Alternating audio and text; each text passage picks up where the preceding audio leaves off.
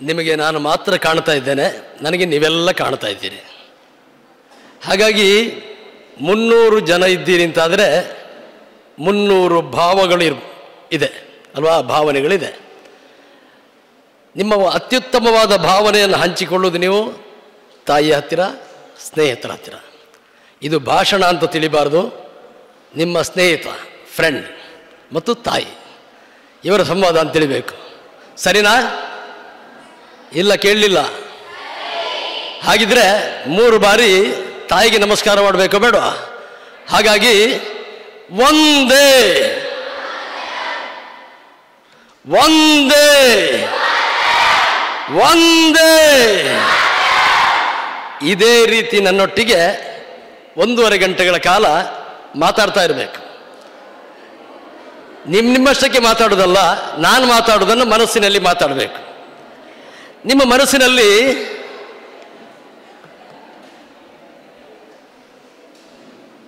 ನನಗೆಲ್ಲರೂ ಕಾಣ್ತಾ ಇದ್ದೀರಿ. ನಮ್ಮ ಇವತ್ತಿನ ವಿಷಯ ಯಾವುದು? ವಿಷಯ ಯಾವುದು? ಶಿಬಿರದಲ್ಲಿ ನನಗೆ ಭಾಷಣದ ವಿಷಯ ಯಾವುದು? ಜೀವನದಲ್ಲಿ ಭಾವಪ್ರಜ್ಞೆ. ಭಾವನೆ ಅಂದ್ರೇನು? ಅಂದರೆ ಈಗ ನಾನು ಭಾಷಣಕ್ಕೆ ಬರುವಾಗಲೇ ನಿಮಗೆ ಸುಮಾರು ಭಾವನೆ ಬಂದಿದೆ. ಊಟ ಆಗಿ ಇನ್ನು 1.5 ಗಂಟೆ ಭಾಷಣ ಕೇಳಬೇಕಲ್ಲ ಹೇಳೋದೊಂದು ಭಾವನೆ ಅಲ್ವಾ? ಹೌದಲ್ವಾ? ಆದರೆ ಈ ಭಾವನೆ ಅನ್ನೋದು ಎಲ್ಲಿ ಬರ್ತದೆ? ಮನಸ್ಸಿನಲ್ಲಿ ಬರ್ತದೆ. ಈ ಮನಸ್ಸಿನಲ್ಲಿ ಭಾವನೆ ಬರುವಾಗ ಮನಸ್ಸಿನಲ್ಲಿ ಬರುವ ಭಾವನೆಗಳನ್ನು ಒಳ್ಳೆಯ ಭಾವನೆ ಬರುವ ಹಾಗೆ ಮಾಡುವ ಒಂದು ಹಂತ. ಅಣ್ಣ, ನನ್ನ ಹತ್ರ ಒಳ್ಳೆಯ ಭಾವನೆ ಬರುವ ಹಾಗೆ ಮಾಡುವುದು ಒಂದು ಶಿಕ್ಷಣ. ಬಂದ ಭಾವನೆಯನ್ನು ಒಳ್ಳೆಯ ರೀತಿಯಲ್ಲಿ ಪ್ರಪಂಚಕ್ಕೆ ತೋರ್ಪಡಿಸುವುದು 2 ವಿಧಾನ ಅಲ್ವಾ? ಎಲ್ಲರಿಗೂ ಭಾವನೆ ಉಂಟ ಇಲ್ವಾ? ಬೆಳಗ್ಗೆ ಎದ್ದ ಕೂಡಲೇ ನೋಟ್ಸ್ ಮಾಡಲಿಲ್ಲ ಅಂತಾದರೆ ಒಂದು ಭಾವನೆ. ಇವತ್ತು ರಜೆ ಕೊಟ್ಟು ಬಿಟ್ಟಿದ್ರೆ ಅಲ್ವಾ? ನೋಟ್ಸ್ ಎಲ್ಲ ರೆಡಿಯಾಗಿದ್ದರೆ ಏನಾಗ್ತದೆ? ಬರುವಾಗ ಉತ್ಸಾಹ ಇರ್ತದೆ. ಹಾಗಿದ್ರೆ ನಮ್ಮ ಭಾವನೆಗಳ ಹಿಂದೆ ಏನಿರ್ತದೆ? ಪ್ರತಿಯೊಂದು ಭಾವನೆ, ಒಳ್ಳೆಯದು ಅಥವಾ ಕೆಟ್ಟದ ಭಾವನೆ ಹಿಂದೆ ಏನಿರ್ತದೆ? ಪೂರ್ವ ಸಿದ್ಧತೆ. ನಾವೆಷ್ಟು ರೆಡಿ ಇದ್ದೇವೆ ಅನ್ನೋದರ ಮೇಲೆ ನಮ್ಮ ಭಾವನೆ ಇರ್ತದೆ ಅಲ್ವಾ? ಒಳ್ಳೆ ಪರೀಕ್ಷೆಗೆ ಓದಿ ಎಲ್ಲ ರೆಡಿ ಆದರೆ ಏನಂತ ಕಾಣ್ತದೆ? ಪರೀಕ್ಷೆ ಬೇಗ ಬರಲಿ ಅಂತ ಕಾಣ್ತದೆ. ಪರೀಕ್ಷೆಗೆ ಓದಿದ್ರೆ ನಮ್ಮ ಮನಸ್ಸು ಹೇಗೆ ಕಾಣ್ತದೆ? ಪರೀಕ್ಷೆ ಮುಂದೆ ಹೋಗಲಿ ಅಥವಾ ಮಾಡದೇ ಇರಲಿ ಅಂತ ಕಾಣ್ತದೆ. ಹಾಗಿದ್ರೆ ಮನಸ್ಸಿನಲ್ಲಿ ಭಾವನೆ ಮೂಡಬೇಕಾದ್ರೆ ಆ ಭಾವನೆ ಹೇಗಿರ್ತದೆ ಅನ್ನೋದಕ್ಕೆ ಹಿಂದೆ ಹೇಗೆ ನಾವು ರೆಡಿ ಇರ್ತೇವೆ, ಸಂಸ್ಕಾರ ಇರ್ತದೆ ಮತ್ತು ಪರಿಣಾಮ ಹೇಗಿರ್ತದೆ ಅಂತ ಅಲ್ವಾ? ಈ ಭಾವನೆಯ ಮೇಲೆ ಕೇಳ್ತಾರೆ. ಈಗ ನಿಮಗೆ ಅವ್ರು ಹೇಗೆ, ಇವ್ರು ಹೇಗೆ, ಇದೆಲ್ಲ ಮನಸ್ಸಿನದ್ದೇ ಪ್ರಶ್ನೆ ಅಲ್ವಾ? ಒಪಿನಿಯನ್ ಅಂತ ಕೇಳ್ತಾರೆ. ಹೌದಾ? ಅವ್ರು ಹೇಗೆ, ನಮ್ಮ ಪ್ರಧಾನಿ ಹೇಗೆ, ಮುಖ್ಯಮಂತ್ರಿ ಹೇಗೆ, ಊರಿನ ಜನತೆ ಹೇಗೆ, ಅದಕ್ಕೆ ಒಪಿನಿಯನ್ ಅಂತ ಹೇಳ್ತಾರೆ. ಹೌದಾ? ಹೌದಾ? ನಿಮ್ಮ ಊರಿನಲ್ಲೂ ಕೇಳ್ತಾರೆ ಆಲೆಂಚ ಬೇಂಚ ಅಲ್ವಾ? ಅಭಿಪ್ರಾಯ ಅಂತ ಹೇಳ್ತಾರೆ. ಅಭಿಪ್ರಾಯ ಅನ್ನೋದನ್ನು ಯಾವುದರ ಮೇಲೆ ಹೇಳ್ತೇವೆ? ಇದೆಲ್ಲ ಮನಸ್ಸಿನ ಆಟಗಳು. ಇದನ್ನು ಬಾರಿ ಮನಸ್ಸಿಟ್ಟು ಕೇಳಿ. ಈಗ ನೀವು ಈ ಸಂಸ್ಕಾರವನ್ನು ಬೆಳೆಸಿಕೊಂಡ್ರೆ ಮಾತ್ರ ದೊಡ್ಡ ಜನ ಆಗ್ಲಿಕ್ಕೆ ಸಾಧ್ಯ. ಇಲ್ಲದಿದ್ದರೆ ಬೇರೆ ಬೇರೆ ಚೇಷ್ಟೆಗಳಲ್ಲಿರ್ತದೆ. ಆ ಚೇಷ್ಟೆಗಳಿಗೆ ಬೇರೆ ಬೇರೆ ಪ್ರಾಣಿಗಳ ಹೆಸರುಂಟು ಅಲ್ವಾ? ಅಲ್ವಾ? ಏನೇನೋ ಮಾಡ್ತಿದ್ರೆ ಅದಕ್ಕೆ ಏನು ಹೇಳ್ತೀರಿ? ಮರದ ಮೇಲಿರುವ ಯಾವ ಪ್ರಾಣಿದ ಹೆಸರು ಹೇಳ್ತೀರಿ? ಕಪಿಚೇಷ್ಟೆ. ತುಂಬ ಆಸೆ ಬುರುಕರಾದರೆ ಏನು ಹೇಳ್ತೀರಿ? ಬಾರಿ ಕಂತ್ರಿ ಅಂತ ಹೇಳೋದಕ್ಕೆ ಯಾವ ಪ್ರಾಣಿನ ಹೆಸರು ಹೇಳ್ತೀರಿ? ನಾವು ಕಂತ್ರಿ ಅಂತ ಹೇಳ್ತೇವಲ್ಲ, ನರಿ. ಬಹಳ ಹಸಿವು ಇದ್ರೆ ಏನು ಅಂತ ಹೇಳ್ತಾರೆ? ತೋಳ. ಜೋರಿದ್ರೆ ಏನು ಹೇಳ್ತಾರೆ? ಸಿಂಹ. ಮನುಷ್ಯ ಅಂತ ಯಾರು ಹೇಳುವುದೇ ಇಲ್ಲಲ್ಲ. ಪ್ರಾಣಿಗಿದ್ದಿದ್ದಕ್ಕಿಂತಲೂ ಒಳ್ಳೆ ಗುಣ ನಮಗೆ ಬೇಕು ಮನುಷ್ಯ ಅಂತ ಹೇಳಬೇಕಾದ್ರೆ ಅಲ್ವಾ? ಹಾಗಿದ್ರೆ ಏನು ಮಾಡಬೇಕು? ಮನಸ್ಸು ಒಳ್ಳೆಯದಾಗಬೇಕು ಅಂತಾದರೆ, ಭಾವನೆ ಒಳ್ಳೆಯದಾಗಬೇಕು ಅಂತಾದರೆ ಮನಸ್ಸು ಒಳ್ಳೆಯದಾಗಬೇಕು. ಮನಸ್ಸು ಒಳ್ಳೆಯದಾಗಬೇಕು ಅಂತಾದರೆ ಒಂದು ನಾಲಿಗೆ ಕೊಟ್ಟಿದ್ದಾನೆ ದೇವರು, ಕಿವಿ ಎಷ್ಟು ಕೊಟ್ಟಿದ್ದಾನೆ? ಯಾಕೆ ಕೊಟ್ಟ? 2 ಪಟ್ಟು ಕೇಳಿ, ಕಮ್ಮಿ ಮಾತಾಡಿ. ಜಾಸ್ತಿ ಕೇಳಿದರೆ ಮನಸ್ಸಿನೊಳಗೆ ಹೋಗ್ತದೆ, ಮನಸ್ಸು ಒಳ್ಳೆಯದಾಗ್ತದೆ. ನೀವೇ ಮಾತಾಡಿದರೆ ಮತ್ತೆ ನಾನು ಯಾಕೆ ಮಾತಾಡಬೇಕು? ನಾನು ಮಾತಾಡಿದ್ದನ್ನು ಕೇಳ್ತೀರಲ್ಲ? ಯಾಕೆ, ನನಗೆ 300 ಜನ ಫ್ರೆಂಡ್ಸ್ ಇದ್ದಾರೆ ಇವತ್ತು. ನನಗೆ ಹೇಳಿದೆ ಒಪಿನಿಯನ್ ಅಂತ ಹೇಳ್ತಾರೆ. ಒಬ್ಬನ ಬಗ್ಗೆ ಒಂದು ಒಪಿನಿಯನ್, ಅವ್ರು ಹೇಗಿದ್ದಾರೆ ಅಂತ ಕೇಳಲಿಕ್ಕೆ ಏನು ಹೇಳ್ತಾರೆ, ನಮಗೆ ಗೊತ್ತಿದ್ದು ಗೊತ್ತಿಲ್ಲದೆ ನಾವೊಬ್ಬರಿಗೂ ಒಪಿನಿಯನ್ ಹೇಳ್ತೇವೆ, ಒಳ್ಳೆವ ಕೆಟ್ಟವ ಅಂತ. ಅದಕ್ಕೆ ಕಾರಣ ಒಂದು ಪೇಪರ್ ಓದಿದ್ದು, ಇಲ್ದಿರ ಯಾರೋ ಹೇಳಿದ್ದು ಕೇಳಿದ್ದು, ಅಥವಾ ನಾವು ಯಾರನ್ನು ಅತ್ಯಂತ ವಿಶ್ವಾಸದಿಂದ ನೋಡ್ತೇವೆ ಅವ್ರು ಹೇಳಿದ್ದನ್ನು ಕೇಳಿ ಹೇಳ್ತೇವೆ. ನಾನು ನಿಮಗೊಂದು ಸಣ್ಣ ಕಥೆ ಹೇಳ್ತೇನೆ. ಒಪಿನಿಯನ್ ಯಾವಾಗಲೂ, ಒಬ್ಬರ ಅಭಿಪ್ರಾಯ ಯಾವತ್ತೂ ಸರಿಯಾಗಿರಬೇಕು ಅಂತಿಲ್ಲ.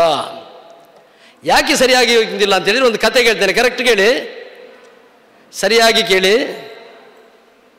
ಒಂದು ಕಪ್ಪೆಯನ್ನು ವಿಜ್ಞಾನಿಗಳು, ನಿಮ್ಮ ಆಗಿನ ವಿಜ್ಞಾನಿಗಳು ಸೇರಿಕೊಂಡು ಒಂದು ಕಪ್ಪೆಯನ್ನು ಪ್ರಯೋಗಕ್ಕಾಗಿ ಸಿದ್ಧ ಮಾಡಿದರು. ಎಷ್ಟು ಕಾಲಿದ ಕಪ್ಪೆ? ಅವ್ರದ್ದು ಪ್ರಯೋಗ ಏನು ಗೊತ್ತುಂಟಾ? ಕಪ್ಪೆಯ ಕಿವಿಯಲ್ಲಿ ಹೇಳಿ ಜಂಪ್ ಮಾಡು ಅಂತ ಹೇಳುದು. 4 ಕಾಲಿನ ಕಪ್ಪೆಯನ್ನು ಜಂಪ್ ಮಾಡು ಅಂತ ಹೇಳಿದರು. ಒಂದು 15 ಫೀಟ್ ಹೋಯ್ತು. ಆಮೇಲೆ ಒಂದು ಕಾಲು ತುಂಡು ಮಾಡಿದ್ರು, ಬರ್ಕೊಂಡ್ರು. ಆಮೇಲೆ ಒಂದು ಕಾಲನ್ನು ತುಂಡು ಮಾಡಿ ಜಂಪ್ ಮಾಡು ಅಂತ ಹೇಳಿದರು. 3 ಕಾಲಲ್ಲಿ ಜಂಪ್ ಮಾಡಿತು ಕಪ್ಪೆ. 15 ಫೀಟ್ ಹೋಗಲಿಲ್ಲ. ಎಷ್ಟು ಫೀಟ್ ಹೋಯ್ತು? ಒಂದು 10 ಫೀಟ್ ಹೋಯ್ತು. ಮತ್ತೊಂದು ಕಾಲು ತುಂಡು ಮಾಡಿದರು. ಎಷ್ಟು ಕಾಲ ಆಯ್ತು ಈಗ ಕಪ್ಪೆಗೆ?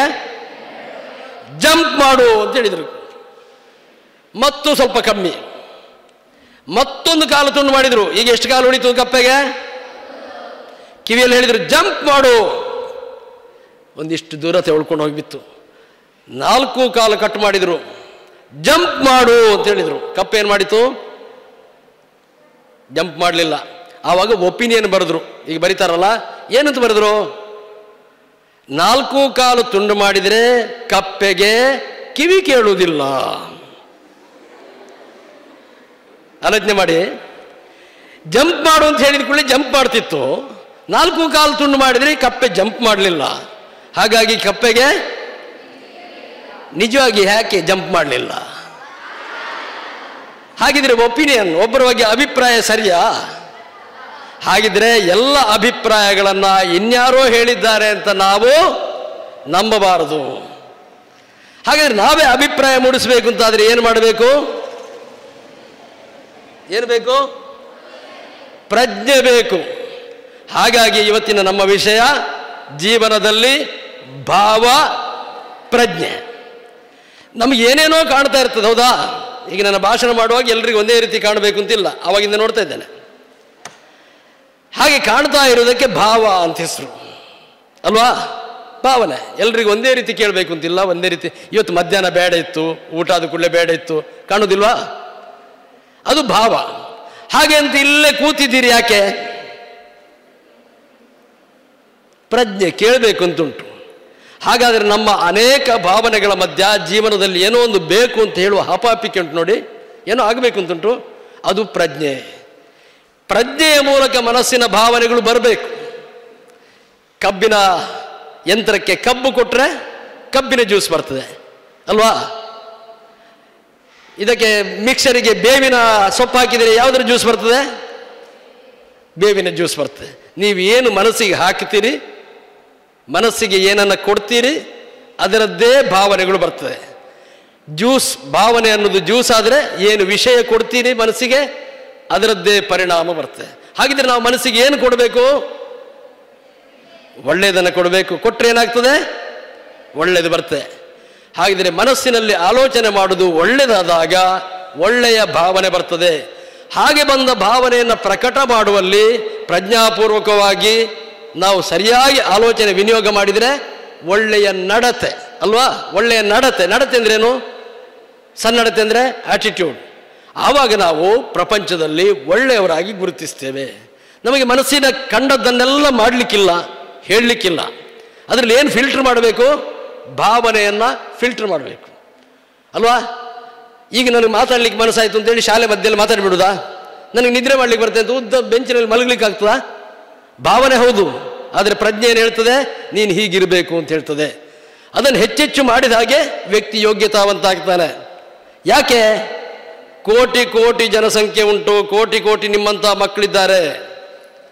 ಇವತ್ತು ನಿಮ್ಮಂತಹ ಕೋಟಿ ಮಕ್ಕಳಿದ್ದಾರೆ, ಲಕ್ಷಗಟ್ಟಲೆ ಮಕ್ಕಳಿದ್ದಾರೆ. ನೀವು ಒಳ್ಳೆಯವರಾಗಬೇಕು ಅಂತಾದರೆ ಏನು ಮಾಡಬೇಕು?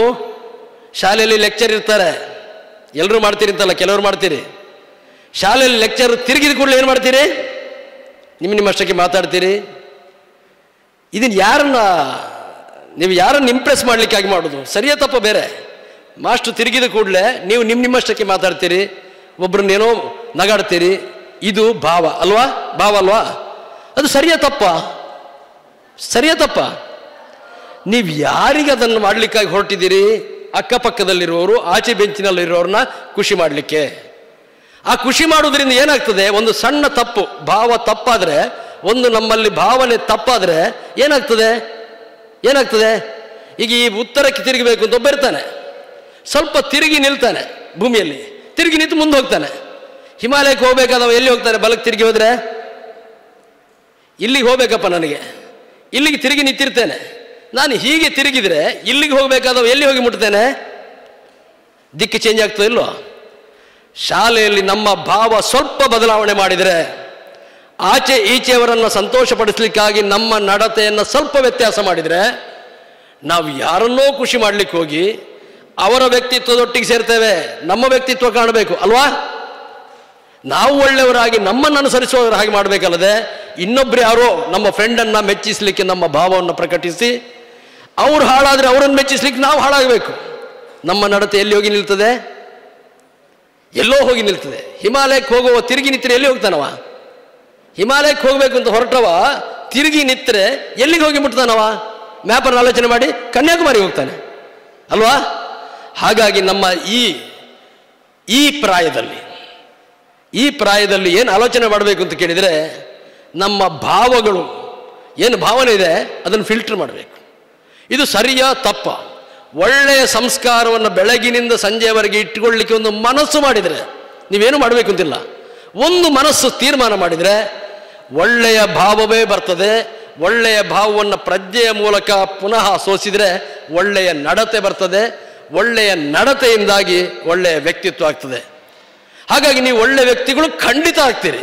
ಇದಿಷ್ಟರಲ್ಲಿ ಎಷ್ಟೋ ಜನ ರಾಷ್ಟ್ರಪತಿಗಳಾಗುವ ಯೋಗ್ಯತೆ ಇದ್ದವರಿರ್ಬೋದು, ನಮ್ಮನ್ನಾಳು ಪ್ರಧಾನಮಂತ್ರಿ ಆಗುವ ಯೋಗ್ಯತೆ ಇದ್ದವರಿರ್ಬೋದು, ಡಾಕ್ಟರ್ ಆಗುವ ಯೋಗ್ಯತೆ ಇದ್ದವರಿರ್ಬೋದು, ಗೊತ್ತಿಲ್ಲ ನಮಗೆ. ಅದಕ್ಕೆ ಕಾರಣ ಆಗುವುದು ಆಚೀಚಿನವರನ್ನು ಮೆಚ್ಚಿಸುವುದಲ್ಲ, ನಮ್ಮನ್ನು ನಾವು ಮೆಚ್ಚಿಸಬೇಕು. ನಮಗೆ ಗೊತ್ತುಂಟು ಯಾವುದು ಸರಿ ಯಾವುದು ತಪ್ಪು, ನಮ್ಗೆ ಗೊತ್ತುಂಟ ಇಲ್ವಾ? ಸಣ್ಣ ಮಕ್ಕಳಾದ್ರೂ ನಿಮಗೆ ಈಗ ಯಾವುದು ಸರಿ ಯಾವುದು ತಪ್ಪು ಗೊತ್ತುಂಟ ಇಲ್ವಾ? ಹಾಗಿದ್ರೆ ನಾವು ಎಲ್ಲರೂ ಅಂತಲ್ಲ, ತಪ್ಪುಗಳನ್ನು ಯಾಕೆ ಮಾಡ್ತೇವೆ? ಯಾರೋ ಇನ್ನೊಬ್ಬರನ್ನು ಮೆಚ್ಚಿಸಲಿಕ್ಕೆ. ಅವರು ಕೊನೆಯವರೆಗೆ ಬರುವುದಿಲ್ಲ. ನಿಮ್ಮೊಟ್ಟಿಗೆ ಇರುವುದು ನಿಮ್ಮ ವ್ಯಕ್ತಿತ್ವ. ಸರಿಯಾ? ಗೊತ್ತಾಯ್ತಾ? ಕೆಲವೊಮ್ಮೆ ವ್ಯಕ್ತಿತ್ವ ತಡಾಗಿ ಬಂದ್ಬಿಟ್ರೆ, ಈಗ ಈ ಪ್ರಾಯಕ್ಕೆ ಬರಬೇಕಾದ ವ್ಯಕ್ತಿತ್ವ ಇನ್ನೊಂದು ಯಾವತ್ತೋ ನಾ ಬರ್ತೇನೆ ಅಂತ ಹೇಳಿದರೆ ಆಗುವುದಿಲ್ಲ.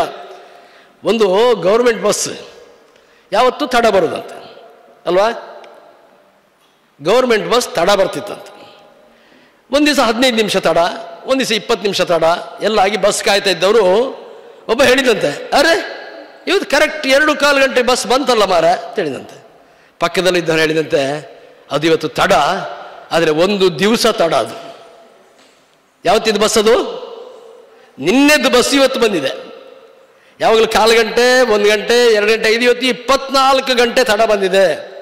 ಹಾಗಾಗಿ ಇನ್ಯಾವತ್ತೋ ಒಂದು ದಿವಸ ನಾನು ನನ್ನ ವ್ಯಕ್ತಿತ್ವವನ್ನು ಸರಿ ಮಾಡಿಕೊಳ್ತೇನೆ ಅಂತ ಹೇಳಿದರೆ ಆಗುವುದಿಲ್ಲ. ತೀರ್ಮಾನ ಯಾವತ್ತು ಮಾಡಬೇಕು? ಯಾವತ್ತು ಮಾಡಬೇಕು? ಗಟ್ಟಿ ಹೇಳಿ. ಇವತ್ತಲ್ಲ, ಈಗ. ಇವತ್ತಂದ್ರೆ ಪುನಃ 24 ಗಂಟೆ ಕೊಟ್ರಿ, ನಿಮ್ಮ ಬಸ್ ತಡ ಬರ್ತದೆ. ಯಾವಾಗ ಮಾಡಬೇಕು? ದೊಡ್ಡ ಕೆಲಸ ಅಲ್ಲ, ತೀರ್ಮಾನ ಮಾಡಿದ್ರೆ ಸಾಕು. ಸಂಕಲ್ಪ, ಗೊತ್ತಾಯ್ತಾ? ತೀರ್ಮಾನ ಮಾಡಿದ್ದೇ ನಮಗೆ ನಡತೆಯಲ್ಲಿ ಬರ್ತದೆ. ಕೆಲವರ್ತಿ ನಾವು ತಿಳ್ಕೊಂಡಿರೋದು ತಪ್ಪಾಗಿರ್ತದೆ. ಒಂದು ಅಜ್ಜಿ ಸತ್ತೋದ್ಲಂತೆ. ಅಜ್ಜಿ ಸತ್ತೋದ ಕೂಡಲೇ ಮೊಮ್ಮಗನ ಹತ್ರ ಕೇಳಿದ್ರಂತೆ, ಅಜ್ಜಿ ಯಾಕೆ ಸತ್ತಿದ್ದು, ಹೇಗೆ ಸತ್ತಿದ್ದು ಅಂತ ಹೇಳಿದವ. ಆಲೋಚನೆ ಮಾಡಿ, ನನ್ನ ಅಜ್ಜಿಗೆ ಮರೆವು ರೋಗ ಇತ್ತು. ಏನು ರೋಗ ಇತ್ತು? ತುಂಬ ವರ್ಷ ಅವಳಿಗೆ ಮರ್ತೋಗ್ತಿತ್ತು. ಅಲ್ಲ, ಮರೆವು ರೋಗಕ್ಕೂ ಅವಳು ಸಾಯುವುದಕ್ಕೂ ಏನು ಸಂಬಂಧ ಕೇಳಿದ್ರು. ನನ್ನ ಅಜ್ಜಿಗೆ ಉಸಿರು ಹೊರಗೆ ಬಿಟ್ಲಲ್ಲ, ಒಳಗೆ ತಗೊಳ್ಲಿಕ್ಕೆ ಮರ್ತೋಯ್ತು ಅಂತ. ಗೊತ್ತಾಯ್ತಾ? ಹಾಗೊಂದು ಸಾಯ್ಲಿಕ್ಕೆ ಉಂಟಾ? ಗೊತ್ತಾಯ್ತಾ ನಿಮಗೆ? ಅಜ್ಜಿ ಯಾಕೆ ಸತ್ತಿದ್ದು? ಇಲ್ಲ. ಹೊರಗೆ ಬಿಟ್ಟ ಉಸಿರನ್ನು ಒಳಗೆ ತಗೊಳ್ಲಿಕ್ಕೆ ಮರ್ತೋಗಿ ಸಾಯೋದುಂಟುಂಟಾ? ಮರೆಯುವ ರೋಗದಲ್ಲಿ ಸಾಯೋದುಂಟುಂಟಾ? ಅದಕ್ಕೆ ಏನು ಅವ್ರದ್ದು ಕೊರತೆ? ಹೇಳಿದ್ದು ನಮಗೆ ಜೋಕ್ಸಾಗಿ ಕಾಣುತ್ತೆ. ಏನು ಕೊರತೆ ಅಲ್ಲಿ? ವಿಷಯವನ್ನು ಗ್ರಹಿಸುವಲ್ಲಿ ತಪ್ಪು. ಇದು ಜೋಕ್ಸ್ ಆದರೂ ವಿಷಯ ಏನು? ಸ್ಪಷ್ಟವಾದ ಜ್ಞಾನ ಅಲ್ವಾ? ಸ್ಪಷ್ಟವಾದ ಜ್ಞಾನ ಇಲ್ಲದಿದ್ರೆ ಏನಾಗ್ತದೆ? ಹೇಳುವ ಹೇಳಿಕೆ, ನಮ್ಮ ತೀರ್ಮಾನ ತಪ್ಪಾಗ್ತದೆ. ಒಂದು ತಾಯಿಯ ಮಕ್ಕಳು 3 ಜನ, ನೀವು ಕೇಳಿದ್ದೀರಿ. ರಾವಣ, ಕುಂಭಕರ್ಣ, ವಿಭೀಷಣ. ಗೊತ್ತುಂಟಾ? ರಾವಣ ಬಹಳ ಒಳ್ಳೆಯವನಲ್ವಾ? ಯಾಕಲ್ಲ? ಎಷ್ಟು ಜನರಿಗೆ ಗೊತ್ತುಂಟು ಯಾರು ಒಳ್ಳೆಯವರು ಯಾರು ಕೆಟ್ಟವರು ಅಂತ ಅಲ್ವಾ? ಇಡೀ 14 ಲೋಕ ಗೆದ್ದರೂ ಇವತ್ತಿಗೂ ಕೂಡ ರಾವಣ ಇಲ್ಲ, ನೀವು ರಾವಣ ಒಳ್ಳೆಯವನಲ್ಲ ಅಂತ ಹೇಳ್ತೀರಿ. ಯಾಕೆ? ಅವನ ಭಾವನೆಗಳು ಒಳ್ಳೆದಿರಲಿಲ್ಲ. ಅವನು ಏನು ತೀರ್ಮಾನ ಮಾಡ್ತಿದ್ದ ಪ್ರಜ್ಞಾಪೂರ್ವಕವಾಗಿ, ಅದಕ್ಕೆ ಸರಿಯಾಗಿ ಭಾವನೆಗಳು ಪ್ರಪಂಚಕ್ಕಿರಲಿಲ್ಲ ಅಲ್ವಾ? ತಪ್ಪು ಕೆಲಸ ಮಾಡಿದ್ದಾನೆ ಅಂದರೆ ಅರ್ಥ ಏನು? ತಪ್ಪು ಅಭಿಪ್ರಾಯ ಬಂದಿದೆ, ತಪ್ಪು ಅಭಿಪ್ರಾಯದ ಹಾಗೆ ತಾನು ಕೆಲಸ ಮಾಡ್ಲಿಕ್ಕೆ ಹೊರಟಿದ್ದಾನೆ. ಹೌದಾ? ಇನ್ನೊಬ್ಬ ಇದ್ದ ಕುಂಭಕರ್ಣ, ಯಾವುದಕ್ಕವ ಫೇಮಸ್ಸು? ಎಲ್ಲರೂ ಮಾತಾಡ್ತಾ ಇಲ್ಲ, ಕೆಲವರು ಕುಂಭಕರ್ಣ ಆಗಿದ್ದೀರಾ? ಯಾವುದಕ್ಕವ ಪ್ರಸಿದ್ಧಿ? ಹೇಗೆ ನಿದ್ರೆಗೆ ಅವ ಜಾರಿದ? ರಾವಣಂತವನ ತಮ್ಮ ನಿದ್ರೆ ಯಾಕೆ ಮಾಡ್ತಾ ಇದ್ದ ಗೊತ್ತುಂಟಾ? ತಪಸ್ಸು ಮಾಡಿದಾನವ. ಅವನೂ ತಪಸ್ಸು ಮಾಡಿ, ನೀವು ಹೇಗೆ ಸ್ಟೂಡೆಂಟ್ ಆಗಿ ಓದ್ತಾ ಇರ್ತೀರಿ, ಯಾವಾಗ ಏನು ಮಾಡಬೇಕು ಏನು ಕೇಳಬೇಕು ಅದನ್ನು ಕೇಳದಿದ್ರೆ ಏನಾಗ್ತಾರೆ ಅನ್ಲಿಕ್ಕೆ, ಪರೀಕ್ಷೆ ಬರುವಾಗ ಮಾತ್ರ ನನಗೆ ಮೂಡಿಲ್ಲ ಅಂತ ಹೇಳಿಬಿಟ್ರೆ ಏನಾಗ್ತದೆ? ಫಲಿತಾಂಶದಲ್ಲಿ ಏನಾಗ್ತದೆ? 11 ತಿಂಗಳು ಬೆಸ್ಟ್ ಸ್ಟೂಡೆಂಟ್, ಪರೀಕ್ಷೆ ಟೈಮಿಗೆ ಆದರೆ ಏನಾಗ್ತದೆ? ಕುಂಭಕರ್ಣ ಆಗ್ತೀರಿ. ಏನು ಮಾಡಿದ ಗೊತ್ತುಂಟ? ಕುಂಭಕರ್ಣ ತಪಸ್ಸು ಮಾಡಿದ. ಎಷ್ಟೆಷ್ಟು ವರ್ಷ ತಪಸ್ಸು ಮಾಡಿದ? ನಾವು ಸ್ಟಡಿ ಮಾಡಿದಾಗೆ. ಕೇಳುವಾಗ ತಪ್ಪಾಗಿಬಿಟ್ರೆ ಆನ್ಸರ್ ಬರೆಯುವಾಗ ನಾನು ಒಂದು ಚೂರು ಮಿಸ್ಟೇಕ್ ಮಾಡಿದ್ದು. ಏನು ಮಿಸ್ಟೇಕ್ ಮಾಡಿದೆ? ಫಸ್ಟಿನ ಕ್ವಶನ್ಗೆ ಲಾಸ್ಟಿಗೆ ಆನ್ಸರ್ ಬರೆದೇನೆ ಅಂದ್ರೆ ಆಗ್ತದ? ಸಣ್ಣ ಮಿಸ್ಟೇಕ್, ಜೀವನದಲ್ಲಿ ಮಾಡುವ ಸಣ್ಣ ಮಿಸ್ಟೇಕ್, ಸಣ್ಣ ತಪ್ಪು ಎಷ್ಟು ತೊಂದರೆ ಕೊಡ್ತದೆ ಅನ್ನಲಿಕ್ಕೆ ಕುಂಭಕರ್ಣ ಏನು ಮಾಡಿದ? ತಪಸ್ಸು ಮಾಡಿದ. ದೇವರು ಬರುವಾಗ ಅವ ಏನು ಕೇಳಬೇಕು ಅಂತ ತೀರ್ಮಾನ ಮಾಡಿದ್ದ. ಏನು? ನಿರ್ದೇವತ್ವ ಅಂದ್ರೇನು? ನನ್ನನ್ನು ಬಿಟ್ಟರೆ ಬೇರೆ ದೇವರಿಲ್ಲ ಆಗಬೇಕು ಅನ್ನೋದನ್ನು ವರ ಕೇಳಬೇಕು ಅಂತ ರೆಡಿ ಮಾಡಿದ್ದ. ನೀವೆಲ್ಲ ಈಗ ಪರೀಕ್ಷೆಗೆ ರೆಡಿ ಮಾಡ್ತಿದ್ದೀರಲ್ಲ ಹಾಗೆ. ಆದರೆ ಕೇಳಬೇಕಾದಲ್ಲಿ ನೀವು ಹೇಗೆ ಆನ್ಸರ್ ಬರೆಯುವಾಗ ತಪ್ಪು ಮಾಡಿದರೆ ಹೇಗಾಗ್ತಾನೆ? ಕೇಳುವಾಗ ಏನು ಕೇಳಿದವ? ನಿರ್ದೇವತ್ವ. ಕೇಳಲಿಕ್ಕೆ ಏನಾಯ್ತು? ನಿದ್ರೇವತ್ವ. ಏನಾಯ್ತು? ನಿರ್ದೇವತ್ವ. ಕೇಳಬೇಕು, ನಿದ್ರೇವತ್ವ. ತಥಾಸ್ತು ಅಂದ. ಎಷ್ಟು ಸಣ್ಣ ಮಿಸ್ಟೇಕು? ಏನು ಮಿಸ್ಟೇಕ್ ಏನೋ ಕೇಳಿದ್ರಲ್ಲಿ? ಅರ್ಕಾವತ್ತಲ್ವಾ? ಎಷ್ಟು ಸಣ್ಣ ಗ್ರಾಮರ್, ಎಷ್ಟು ಸಣ್ಣ ಮಿಸ್ಟೇಕು, ಸಣ್ಣ ತಪ್ಪು. ನಾನು ಅವಾಗ ಹೇಳಿದ್ದಲ್ಲ, ದೊಡ್ಡ ಪರಿಣಾಮ ಬೀರ್ತದೆ. ರಾವಣನಿಗಿಂತ ಶ್ರೇಷ್ಠನಾದವ ನಿರ್ದೇವತ್ವ ಬಿಟ್ಟ, ಏನು ಮಾಡಿದ? ನಿದ್ರೇವತ್ವ. ಏನು ಬದುಕಲ್ಲಿ ಏನಾಯ್ತು? ದೇವರು ಬಂದ, ತಪಸ್ಸು ಮಾಡಿದ. ದೇವರು ಬರುವಾಗ ಕೇಳಿದ ಸಣ್ಣ ತಪ್ಪು, ಗ್ರಾಮರ್ ಮಿಸ್ಟೇಕ್. ನೀವು ಹೇಳ್ತೀರಿ ಒಂದು ಸಣ್ಣ ಗ್ರಾಮರ್ ಮಿಸ್ಟೇಕ್ ನಂಗೆ ನಂಬರ್ ಕಳೆದಿದ್ದಾರೆ ಇಲ್ವಾ? ಸಣ್ಣ ಗ್ರಾಮರ್ ಮಿಸ್ಟೇಕ್ ನಂಬರ್ ಕಳೆದಿದ್ದಾರೆ. ಸಣ್ಣ ಗ್ರಾಮರ್ ಮಿಸ್ಟೇಕ್ ಎಷ್ಟು ದೊಡ್ಡ ತಪ್ಪು ಮಾಡಿಸ್ತದೆ? ಕಾರಣ ಏನದಕ್ಕೆ? ನಾನು ತಪ್ಪು ಮಾಡಬಾರ್ದು ಅನ್ನೋ ಭಾವನೆ ಇಲ್ಲ. ಸಣ್ಣ ತಪ್ಪು ಮಾಡಿದ್ರೆ ಏನು ತಪ್ಪು? ಸರಿ ಮಾಡ್ಕೊಳ್ಬೇಕಾದವ್ರು ಮಾಸ್ಟ್ರು ಅನ್ನೋ ತಪ್ಪು. ಸ್ವಲ್ಪ ದಿವಸ ಎಲ್ಲ ಮಾಸ್ಟ್ರುಗಳು ನಿಮಗೆ ಶಿಕ್ಷಣ ಕೊಡ್ತಾರೆ. ಮುಖ್ಯವಾಗಿ ನಾನು ಎಷ್ಟೋ ಜನರಿಗೆ ಇಂತಹ ಶಿಕ್ಷಣದ ಅವಕಾಶ ಮಾಡಿಕೊಡ್ತಾ ಇದ್ದಾರಲ್ಲ, ಯಾವ ಶಾಲೆಯಲ್ಲಿಲ್ಲ, ಯಾವ ಶಾಲೆಯಲ್ಲೂ ಇಲ್ಲ. ನಾನು ಕೆಲವು ಶಾಲೆಯ ಅಧ್ಯಕ್ಷನಾಗಿದ್ದವ. ಮೊಟ್ಟ ಮೊದಲಾಗಿ ನೀವು ನಿಮ್ಮ ಈ ಶಿಕ್ಷಣ ಸಂಸ್ಥೆಗೆ ಯಾವ ಭಾವನೆಯ ಮೂಲಕ ಹೇಳಬೇಕು? ಅದಕ್ಕೊಂದು ಭಾವನೆ ಉಂಟಲ್ಲ, ಪ್ರಜ್ಞಾಪೂರ್ವಕ ಭಾವನೆ. ಅದಕ್ಕೆ ಏನು ಹೇಳ್ತಾರೆ? ಏನು ಹೇಳ್ತಾರೆ? ಒಬ್ರು ನಮಗೆ ಉಪಕಾರ ಮಾಡಿದ್ರೆ ಏನು ಹೇಳ್ತಾರೆ? ಇಂಗ್ಲೀಷಲ್ಲಿ ಏನು ಹೇಳ್ತಾರೆ? ಥ್ಯಾಂಕ್ಸ್. ಇದರಲ್ಲಿ ಕೃತಜ್ಞನಾಗಿದ್ದೇನೆ ಅಲ್ವಾ? ನಿಮ್ಮ ಶಿಕ್ಷಣ ಸಂಸ್ಥೆಯ ಹಾಗೆ ನಮ್ಮ ಮಕ್ಕಳು ಒಳ್ಳೆಯದಾಗಬೇಕು ಅಂತೇಳಿ ನೈತಿಕ ಶಿಕ್ಷಣದ ಒಂದು ದಿವಸದ ಕಮ್ಮಟವನ್ನು ನಾನು ನೋಡಿದ ಹಾಗೆ ಯಾವ ಶಾಲೆಯೂ ಮಾಡ್ತಾ ಇಲ್ಲ. ಹಾಗಾಗಿ ನೀವು ಯಾರಿಗೆ ಥ್ಯಾಂಕ್ಸ್ ಹೇಳಬೇಕು ಹೇಳಿ. ಮತ್ತೆ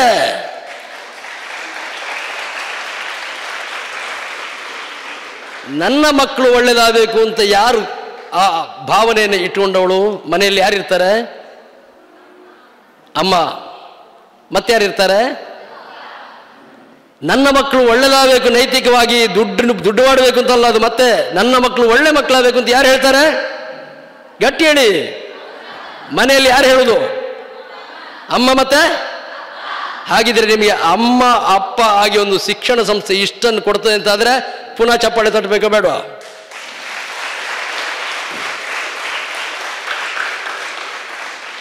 ಈಗ ನಿಮ್ಮ ಮನಸ್ಸಲ್ಲಿ ಏನಾಯ್ತು? ಶಿಕ್ಷಣ ಸಂಸ್ಥೆ ಬಡ್ಡಿಗೆ ಏನು ಬಂತು? ಭಾವನೆ, ಗೌರವ ಬಂತು. ಅದಕ್ಕೆ ಏನು ಹೇಳ್ತಾರೆ? ಅದಕ್ಕೆ ಏನಂತ ಹೇಳ್ತಾರೆ? ಏನು ಭಾವನೆ ಅಂತ ಹೇಳೋದಿಲ್ಲ. ಅದಕ್ಕೆ ಭಾವನೆ ಅಲ್ವಾ? ಯಾಕೆ ನೀವು ಪ್ರಜ್ಞಾಪೂರ್ವಕವಾಗಿ ಚಪ್ಪಾಳೆ ತಟ್ಟಿದ್ರಿ? ಇದು ಪ್ರಜ್ಞಾಪೂರ್ವಕವಾಗಿ ಮಾಡುವ ಭಾವನೆಗಳು. ನಮಗೆ ಏನೇನೆಲ್ಲ ಕಾಣ್ತದೆ ಅದೆಲ್ಲ ಮಾಡಲಿಕ್ಕಿಲ್ಲ, ಹೌದಾ? ನಮ್ಮ ಮನಸ್ಸಿಗೆ ಒಂದು ಹೀಗೆ ಮೈಕು ಮತ್ತೊಂದು ಟೈಪ್ ರೈಟಿಂಗ್ ಮಿಷನ್ ಕೊಟ್ಟುಬಿಟ್ಟಿದ್ರೆ ಏನೆಲ್ಲ ಬರೆದು ಬಿಡ್ತಿತ್ತದು. ನಮ್ಮ ಮನಸ್ಸಿಗೆ, ನಮ್ಮ ಮನಸ್ಸಲ್ಲಿ ಕಂಡಿದ್ದೆಲ್ಲ ಒಂದು ಕಂಪ್ಯೂಟರ್ನಲ್ಲಿ ಪ್ರಿಂಟ್ ಆಗಿದ್ರೆ, ಒಂದು ಮೈಕಲ್ಲಿ ಹೀಗೆ ಅನೌನ್ಸ್ ಆಗ್ತಿದ್ರೆ ಏನೆಲ್ಲ ಆಗ್ತಿತ್ತು? ಅಷ್ಟು ಒಳ್ಳೆಯವರ ನಾವು? ಒಳ್ಳೆಯವರ? ನಾವು ಅಷ್ಟು ಒಳ್ಳೆಯವರಲ್ಲ ಅಂತ ನಿಮ್ಗೆ ಗೊತ್ತುಂಟು ನೋಡಿ. ಅದೇ ನಿಮ್ಮ ಒಳ್ಳೆತನ, ಇದೇ ಪ್ರಜ್ಞೆ. ನಾವು ಒಳ್ಳೆಯವರಲ್ಲ, ಒಳ್ಳೆಯವರು ಆಗಬೇಕು ಅಂತುಂಟಲ್ಲ, ಇದು ಪ್ರಜ್ಞೆ. ಒಂದು ಮನಸ್ಸಿನ ಭಾವನೆಯನ್ನು ಪ್ರಜ್ಞಾಪೂರ್ವಕವಾಗಿ ಬೆಳೆಸುವುದು ಮತ್ತು ಪ್ರಜ್ಞಾಪೂರ್ವಕವಾಗಿ ಅದಕ್ಕೆ ಪರಿಣಾಮಕ್ಕೆ ಬಿಡುವುದು. ಇಷ್ಟು ಮಾಡಿದರೆ ಅದಕ್ಕೆ ಪ್ರಜ್ಞಾವಂತರು ಅಂತ ಹೇಳ್ತಾರೆ. ಇಲ್ಲದಿದ್ದರೆ ನಾನು ಕೇಳುವುದಿಲ್ಲ ಅಂತ ಕೂತ್ರೆ ನಿಮ್ಮನ್ನು ಯಾರೂ ಕೇಳುವುದಿಲ್ಲ. ದೊಡ್ಡ ಆದ ಮೇಲೆ ನೀವು ತಬ್ಬಲಿ. ಎಲ್ಲರಿಗೂ ಗೊತ್ತುಂಟು, ಈಗ ಮಾತ್ರ ಒಂದು ಹಂತದ ಮೇಲೆ ನಿಮಗೆ ನಿಮ್ಮ ಒಳಗಿರುವ ಈ ಶಾಲೆ, ನಿಮ್ಮ ಮಾಸ್ಟರ್ ಕೊಟ್ಟ ಸಂಸ್ಕಾರ ಮಾತ್ರ. ನೆನಪಿಡಿ, ನಾನು ಹೇಳಿದ ಮಾತು ನಿಮಗೆ ನೀವು ತಾಯಂದಿರಾಗುವಾಗ, ತಂದೆಯಾಗುವಾಗ ಗೊತ್ತಾಗ್ತದೆ. ಈಗ ಒತ್ತಾಯಪೂರ್ವಕವಾಗಿ ಹೇಳಿದ್ದನ್ನು ನಿರಾಕರಿಸ್ತೀರಿ. ನಮಗೆ ಅವರಿದ್ದಾರೆ, ಫ್ರೆಂಡ್ಸ್ ಇದ್ದಾರೆ, ನಾನು ಮಾಡಿದ ಆಟವನ್ನು ನೋಡಿ ಮೆಚ್ಚುವವರೇ ನನ್ನ ಫ್ರೆಂಡ್ಸ್ ಅಂತ. ನೀವು ತಂದೆ ತಾಯಿ ಆಗುವಾಗ, ನೀವು ದುಡಿಯೋರು ಆಗುವಾಗ ನಿಮ್ಮ ಕೈ ಹಿಡಿಯುವುದು ತಂದೆ ತಾಯಿ, ಶಿಕ್ಷಣ ಸಂಸ್ಥೆ, ನಿಮ್ಮ ಗುರುಗಳು ಕೊಟ್ಟ ವ್ಯಕ್ತಿತ್ವದ ಶಿಕ್ಷಣ ಮಾತ್ರ. ನೆನಪಿಡಿ, ಇದು ಪ್ರಜ್ಞೆ. ಹಾಗಿದ್ರೆ ಭಾವಕ್ಕೆ ನಿಮ್ಮ ತಂದೆ ತಾಯಿ, ಉಳಿದವರು ಏನಾದರೂ ಪರಿಣಾಮ ಇಟ್ಟರೆ ಅದಕ್ಕೆ ಏನು ಅಂತ ಹೇಳ್ತಾರೆ? ಭಾವಕ್ಕೆ ಇನ್ನೊಬ್ಬರದ್ದು ಇಂಪ್ಯಾಕ್ಟ್ ಇದ್ರೆ. ಈಗ ವಿವೇಕಾನಂದರನ್ನು ಓದಿದೆ, ನನಗಿಷ್ಟು ನನ್ನ ಬದಲಾವಣೆ ಆಯಿತು. ಅದಕ್ಕೆ ಏನು ಹೇಳ್ತಾರೆ? ಭಾವಕ್ಕೆ ಏನು ಹೇಳ್ತಾರೆ? ಪ್ರಭಾವ. ನೋಡಿ, ಭಾವ ಬಿಟ್ಟಿಲ್ಲ. ನೀವು ಇನ್ನೊಬ್ಬರನ್ನ ಅನುಕರಣೆ ಮಾಡ್ತೀರಿ. ಒಳ್ಳೆಯವ್ರನ್ನ ಅನುಕರಣೆ ಮಾಡಿದ್ರೆ ಏನಾಗ್ತೀರಿ? ಒಳ್ಳೆಯವ್ರನ್ನ ಅನುಕರಣೆ ಮಾಡಿದ್ರೆ ನೀವೇನಾಗ್ತೀರಿ? ಕೆಟ್ಟವ್ರನ್ನ ಅನುಕರಣೆ ಮಾಡಿದರೆ. ನೋಡಿ, ನಾನು ಕಾಲೇಜ್ ಸ್ಟೂಡೆಂಟ್ ಆಗಿರುವಾಗ ಆದಂಥ ಸನ್ನಿವೇಶ ಹೇಳ್ತೇನೆ. ನನ್ನ ದೋಸ್ತಿಗಳು ಕೆಲವಷ್ಟು ಜನ ಒಳ್ಳೆಯ ದೋಸ್ತಿಗಳಾಗಿದ್ದವರು ಭಾರಿ ದಿವಸ. ಇಲ್ಲಿ ಕೇಳಿ, ಆಚೆ ಈಚೆದು ಬೇಡ, ಇಲ್ಲಿ ಕೇಳಿ. ಅವರವ್ರ ವ್ಯವಹಾರ ಮಾಡ್ತಾರೆ. ತುಂಬ 5-6 ವರ್ಷ ಭಾರಿ ದೋಸ್ತಿ ಆಗಿದ್ದವರಲ್ಲಿ ಒಬ್ಬರ ಹತ್ರ ಎಲ್ಲರೂ ಮಾತು ಬಿಟ್ಟರು. ಅಲ್ಲಲ್ಲಿ ಆಗ್ತಿರ್ತಲ್ಲ, ಭಾಳ ಬೇಸರ ಆಯ್ತು ಅವನಿಗೆ.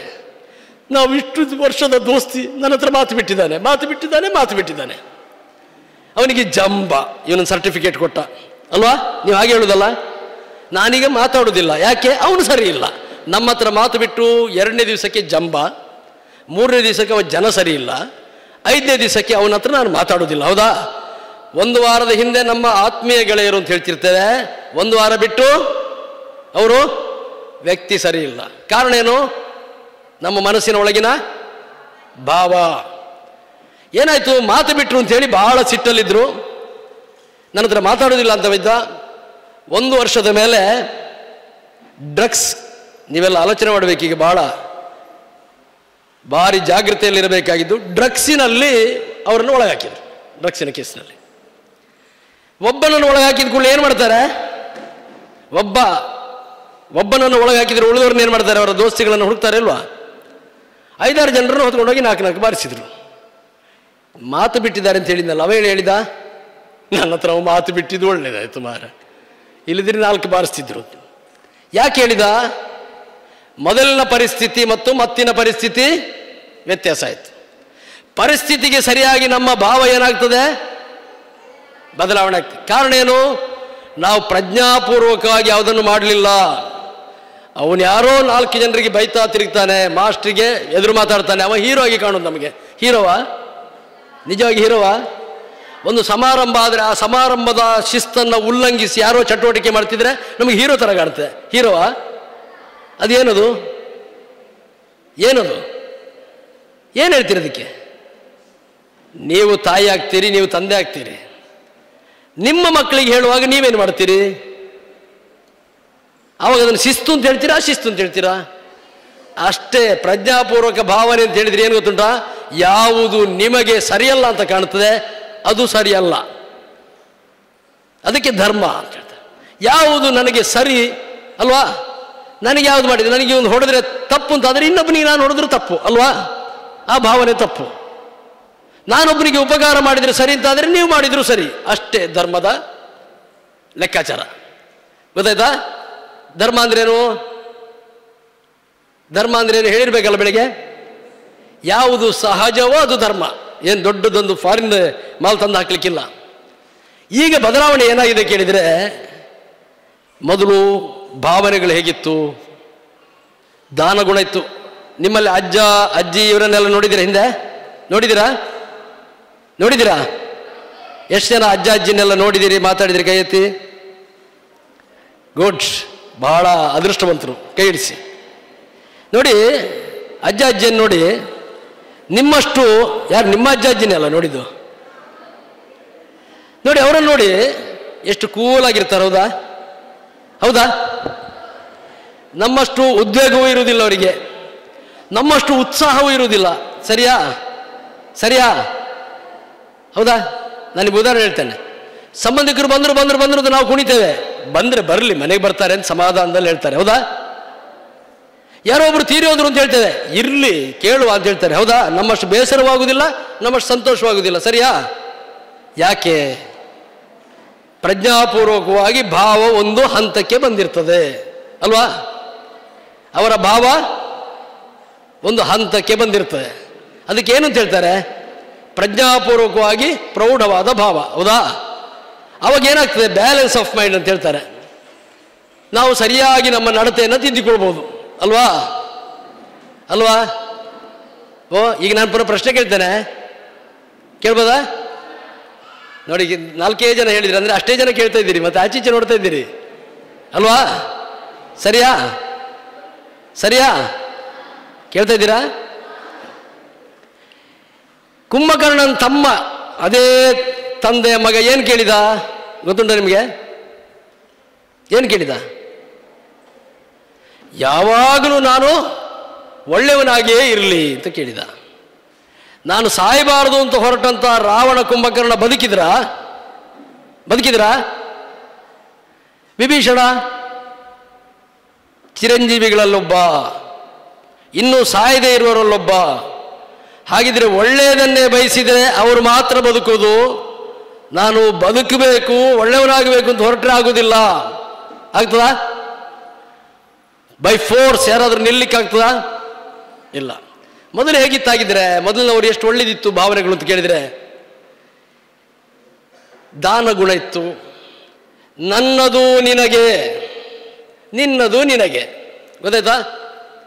ಯಾವುದಾದ್ರೊಂದು ಸೊತ್ತು ದುಡ್ಡು ಎಲ್ಲ ಇದ್ರೆ ಏನು ಹೇಳ್ತಿದ್ರು? ನನ್ನದು ನಿನಗೆ, ನಿನ್ನದು ನಿನಗೆ. ಅದು ದಾನ. ಮತ್ತು ಸ್ವಲ್ಪ ಅವರು ಅಷ್ಟು ಒಳ್ಳೆಯವರಲ್ಲ, ಆದರೂ ತೊಂದರೆ ಇಲ್ಲ. ಅವರೇನು ಹೇಳಿದರು? ಜಾಗ ಎಲ್ಲ ಬೇಲಿ ಹಾಕುವಾಗ ನನ್ನದು ನನಗೆ, ನಿನ್ನದು ನಿನಗೆ. ಏನು ಹೇಳಿದರು? ಮತ್ತೆ ಈಗ ಆಲೋಚನೆ ಆಯ್ತು ನಿಮಗೆ. ಈಗಿನವ್ರು ಏನು ಹೇಳ್ತಾರೆ? ನನ್ನದು ನನಗೆ. ಏನು ವ್ಯತ್ಯಾಸ ಆಯ್ತು ಅದರಲ್ಲಿ? ಏನು ವ್ಯತ್ಯಾಸ ಆಗಿದ್ದೇನು ಹಿಂದಿನವರಿಗೂ ಮತ್ತು ಮತ್ತಿನವರಿಗೆ? ನನ್ನದು ನಿನಗೆ, ನಿನ್ನದು ನನಗೆ ಅನ್ನೋದ್ರಲ್ಲಿ ದಾನ ಇತ್ತು, ಏನಿತ್ತು? ಭಾವ ವ್ಯತ್ಯಾಸ ಇತ್ತು. ಹೌದಾ? ನನ್ನದು ನನಗೆ, ನಿನ್ನದು ನಿನಗೆ ಅನ್ನೋದ್ರಲ್ಲಿ ಸಮಾನತೆ ಇತ್ತು. ಸ್ವಾರ್ಥ ಎಲ್ಲಿಗೆ ಬಂತು? ಎರಡನೇ ಇನ್ವಿಟೇಷನ್ನಲ್ಲಿ ಎರಡನೇದು ಬಾರಿ ಸ್ವಾರ್ಥಕ್ಕಾಗಿ ಆದರ್ಶಗಳನ್ನು ಬಲಿ ಕೊಡುವುದು ಹೇಯಕರ ಅಂತ ಬರೆದಿದ್ದಾರೆ. ಯಾವುದದು? ನನ್ನದು ನನಗೆ, ನಿನ್ನದು ಆದರ್ಶ ಬಿಟ್ಟು ಸ್ವಾರ್ಥ ಶುರು ಮಾಡಿದ ಎರಡನೇ ಹೆಡ್ಲೈನಿಗೆ ಬಂತಲ್ಲಿ. ನೋಡಿದ್ರಾ? ಸ್ವಾರ್ಥಕ್ಕಾಗಿ ಆದರ್ಶಗಳನ್ನು ಬಲಿ ಕೊಡುವುದು ಹೇಯಕರ ಅಂತ ಬರೆದಿದ್ದಾರೆ. ಗೊತ್ತಾಯ್ತು ನಿಮಗೀಗ? ನಮಗೆ ಬೇಕಾದ ಸ್ವಾರ್ಥಕ್ಕೆ ಏನು ಮಾಡ್ತೇವೆ ಅಂತ. ಇದು ನನಗಲ್ಲ, ಬೇಸರ ಮಾಡಬೇಡಿ. ಒಬ್ಬರಿಗೆ 2 ಹೆಂಡತಿ ಇತ್ತು, ಈಗೆಲ್ಲ ಇಲ್ಲ ಅಫೆನ್ಸ್. ಒಬ್ಬಳು ಸ್ವಲ್ಪ ಪ್ರಾಯ ಆದವಳು, ಸ್ವಲ್ಪ ಸಣ್ಣ ಪ್ರಾಯದವಳು. ಅವಳ ಗಂಡನಿಗೆ ಈ ಮುದುಕಿಯಾದವಳು ಏನು ಮಾಡ್ತಿದ್ಲು ಕೇಳಿದರೆ, ನನ್ನ ಪ್ರಾಯಕ್ಕೆ ಕಾಣಬೇಕಲ್ಲ ಅಂತೇಳಿ ತಲೆದ್ದು ಕಪ್ಪು ಕೂದಲೆಲ್ಲ ತೆಗೀತಿದ್ಲು. ಗೊತ್ತಾಯ್ತಾ? ನನ್ನ ತಲೆ ನೋಡಬೇಡಿ. ಒಬ್ಬ ಗಂಡನಿಗೆ 2 ಹೆಂಡತಿ, ನನಗಲ್ಲ.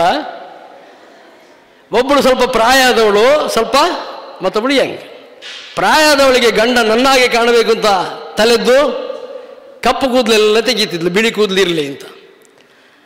ಈ ಸಣ್ಣ ಪ್ರಾಯದ ಹೆಂಡತಿ ಬಂದೇನು ಮಾಡ್ತಿದ್ಲು? ಬಿಳಿ ಕೂದಲು ತೆಗೆದು ಕಪ್ಪು ಕೂದಲಿರಲಿ. ಕೊನೆಗೆ ಏನಾಯ್ತು? ಒಂದು 5 ವರ್ಷದಲ್ಲಿ, ನಂದಲ್ಲ, ಏನಾಯ್ತು? ನಾವು ಹಾಗೆ, ನಾವು ಏನಾಗಬೇಕು ಅಂತ ಫಸ್ಟ್ ತೀರ್ಮಾನ ಮಾಡಬೇಕು. ಇಲ್ಲದಿದ್ರೆ ಏನಾಗ್ತದೆ? ಸ್ವಂತ ಏನೂ ಇಲ್ಲ ಅಂತ ಆಗ್ತದೆ ಅಲ್ವಾ? ಅವರಿಗಾಗಿ ಸ್ವಲ್ಪ ನಮ್ಮದು ಆದರ್ಶ ತ್ಯಾಗ ಮಾಡೋದು, ಇವರಿಗಾಗಿ ಸ್ವಲ್ಪ ನಮ್ಮ ಆದರ್ಶ ತ್ಯಾಗ ಮಾಡೋದು. ಏನು ಉಳಿತದೆ? ನಮ್ಮತನ ಅಂತ ಏನು ಉಳಿಯೋದಿಲ್ಲ. ಗೊತ್ತಾಯ್ತಾ? ಹಾಗಾಗಿ ನಮ್ಮತನ ಬೇಕು ಅಂತ ಹೇಳಿದರೆ ಏನು ಮಾಡಬೇಕು? ಇಬ್ಬಗೆಯ ಆದರ್ಶ ಇರಬಾರ್ದು. ನಮ್ಮ ಆದರ್ಶವನ್ನು ನಾವು ರೂಢಿಸ್ಕೊಳ್ಬೇಕು. ನೀವು ಬಹಳ ಅದೃಷ್ಟವಂತರು. ಯಾಕೆ ಗೊತ್ತುಂಟಾ? ನಿಮಗೆ ಒಳ್ಳೆ ಮನೆ ಸಿಕ್ಕಿದೆ, ಮನೆ ಹತ್ರ ಒಳ್ಳೆ ವಿದ್ಯಾ ದೇಗುಲ ಸಿಕ್ಕಿದೆ. ಬೇರೆ ಕಡೆಯಲ್ಲೆಲ್ಲ ಹೇಗೆ ಗೊತ್ತುಂಟಾ? ಅವರನ್ನು ಅಕ್ಷರಸ್ಥರನ್ನಾಗಿಸುವುದು. ಏನು? ಎಷ್ಟು ಪರೀಕ್ಷೆ, ಇಷ್ಟು ನೀವು ಪರೀಕ್ಷೆಯಲ್ಲಿ ಮಾರ್ಕ್ ಬಂದರೆ ಸರಿ ಅಲ್ವಾ? ಪರೀಕ್ಷೆಯಲ್ಲಿ ಇಲ್ಲೇನು ಮಾಡ್ತಾ ಇದ್ದಾರೆ? ಮಾರ್ಕೂ ಬೇಕು, ಮಾರ್ಕ್ ಬೇಕು. ಏನಿರಬಾರ್ದು ನಿಮ್ಮ ಜೀವನದಲ್ಲಿ? ರಿಮಾರ್ಕ್ ಇರಬಾರ್ದು. ಮಾರ್ಕ್ ಮಾತ್ರ ಅಲ್ಲ, ರಿಮಾರ್ಕ್ ಇರಬಾರ್ದು ಅಂತಾರೆ. ಏನು ಮಾಡಬೇಕು? ಅಕ್ಷರ ಮಾತ್ರ ಹೇಳಿಕೊಟ್ರೆ, ಅಕ್ಷರ ಉಂಟಲ್ಲ, ಅಕ್ಷರ, ಹಲೋ, ಅಕ್ಷರ ಹೇಳಿಕೊಟ್ರೆ ಅವನಿಗೇನು ಅಂತ ಹೇಳ್ತಾರೆ? ಅಕ್ಷರ ಕಲ್ತವನಿಗೆ ಏನು ಅಂತ ಹೇಳ್ತಾರೆ? ಸಾಕ್ಷರ. ಏನು ಹೇಳ್ತಾರೆ? ಏನು ಹೇಳ್ತಾರೆ? ನಿಮ್ಮಂಥ ಒಳ್ಳೆಯವರನ್ನಾಗಿ ತಯಾರು ಮಾಡಿದೆ ಕೇವಲ ಅಕ್ಷರ ಹೇಳಿಕೊಟ್ರೆ ಏನಾಗ್ತದೆ? ತಿರುಗಿಸಿ ಅದನ್ನ ಏನಾಗ್ತದೆ? ಏನಾಗ್ತದೆ? ಸಾಕ್ಷರ. ಬರೀ ಅಕ್ಷರಾಭ್ಯಾಸ ಹಿಡ್ಕೊಂಡ್ರೆ ಏನಾಗ್ತಾರೆ ಅವರು? ತಿರುಗಿಸಿ. ವಿದ್ಯೆ ಮಾತ್ರ ಕಲ್ತೋದು ಜನರಿಗೆ ಒಳ್ಳೇದ ಕೆಟ್ಟದ ನೋಡದೆ ವಿನಿಯೋಗಿಸಿದ್ರೆ ಏನಾಗ್ತಾರೆ? ಅವರು ಸಾಕ್ಷರಲ್ಲ, ರಾಕ್ಷಸರಾಗಬಾರ್ದು. ಸಾಕ್ಷರರು ಅಂದ್ರೆ ಏನು? ಏನಾಗಬೇಕು ಅವರು? ಭಾವ, ಪ್ರಜ್ಞಾಪೂರ್ವಕವಾದಂತಹ ಭಾವವನ್ನು ಹೊಂದಿದವರಾಗಬೇಕು. ಇಲ್ಲದಿದ್ರೆ ಏನಾಗ್ತದೆ? ಮ್ಯಾಥಮೆಟಿಕ್ಸ್ ಉಂಟಲ್ಲ ನಿಮಗೆ, ಮ್ಯಾಥಮೆಟಿಕ್ಸ್ ಯಾರಿಗೆಲ್ಲ ಉಂಟು ಸಬ್ಜೆಕ್ಟ್? ಗಣಿತ ಓದಿದಿರಾ? ಓದಿದ್ರೆ ಗಣಿತ ಸಬ್ಜೆಕ್ಟನ್ನು ಇಲ್ಲಿವರೆಗೆ SLC ವರೆಗೆ ಮಾಡಲಿಲ್ವಾ? ಒಬ್ಬ ಗಣಿತ ನಾಳೆ ಪರೀಕ್ಷೆ ಉಂಟು, ಡ್ಯಾನ್ಸ್ ಮಾಡ್ತಾ ಇದ್ನಂತೆ. ಏನೋ ತಾಯಿ ಬಂದು ಕೇಳಿದ್ರಂತೆ, ನಾಳೆ ಗಣಿತ ಪರೀಕ್ಷೆ ಉಂಟು, ನೀನು ಯಾಕೆ ಡ್ಯಾನ್ಸ್ ಮಾಡ್ತಿ, ಸ್ಟೆಪ್ ಆಗ್ತಾ ಇದೆಯಲ್ಲ ಅಂತ. ಏನು ಹೇಳಿದವ? ಟೀಚರ್ ಹೇಳಿದ್ದಾರೆ ನಮಗೆ ಗಣಿತದಲ್ಲಿ ಪ್ರತಿ ಸ್ಟೆಪ್ಪಿಗೆ ಮಾರ್ಕ್ಸ್ ಉಂಟು ಅಂತ. ಏನು?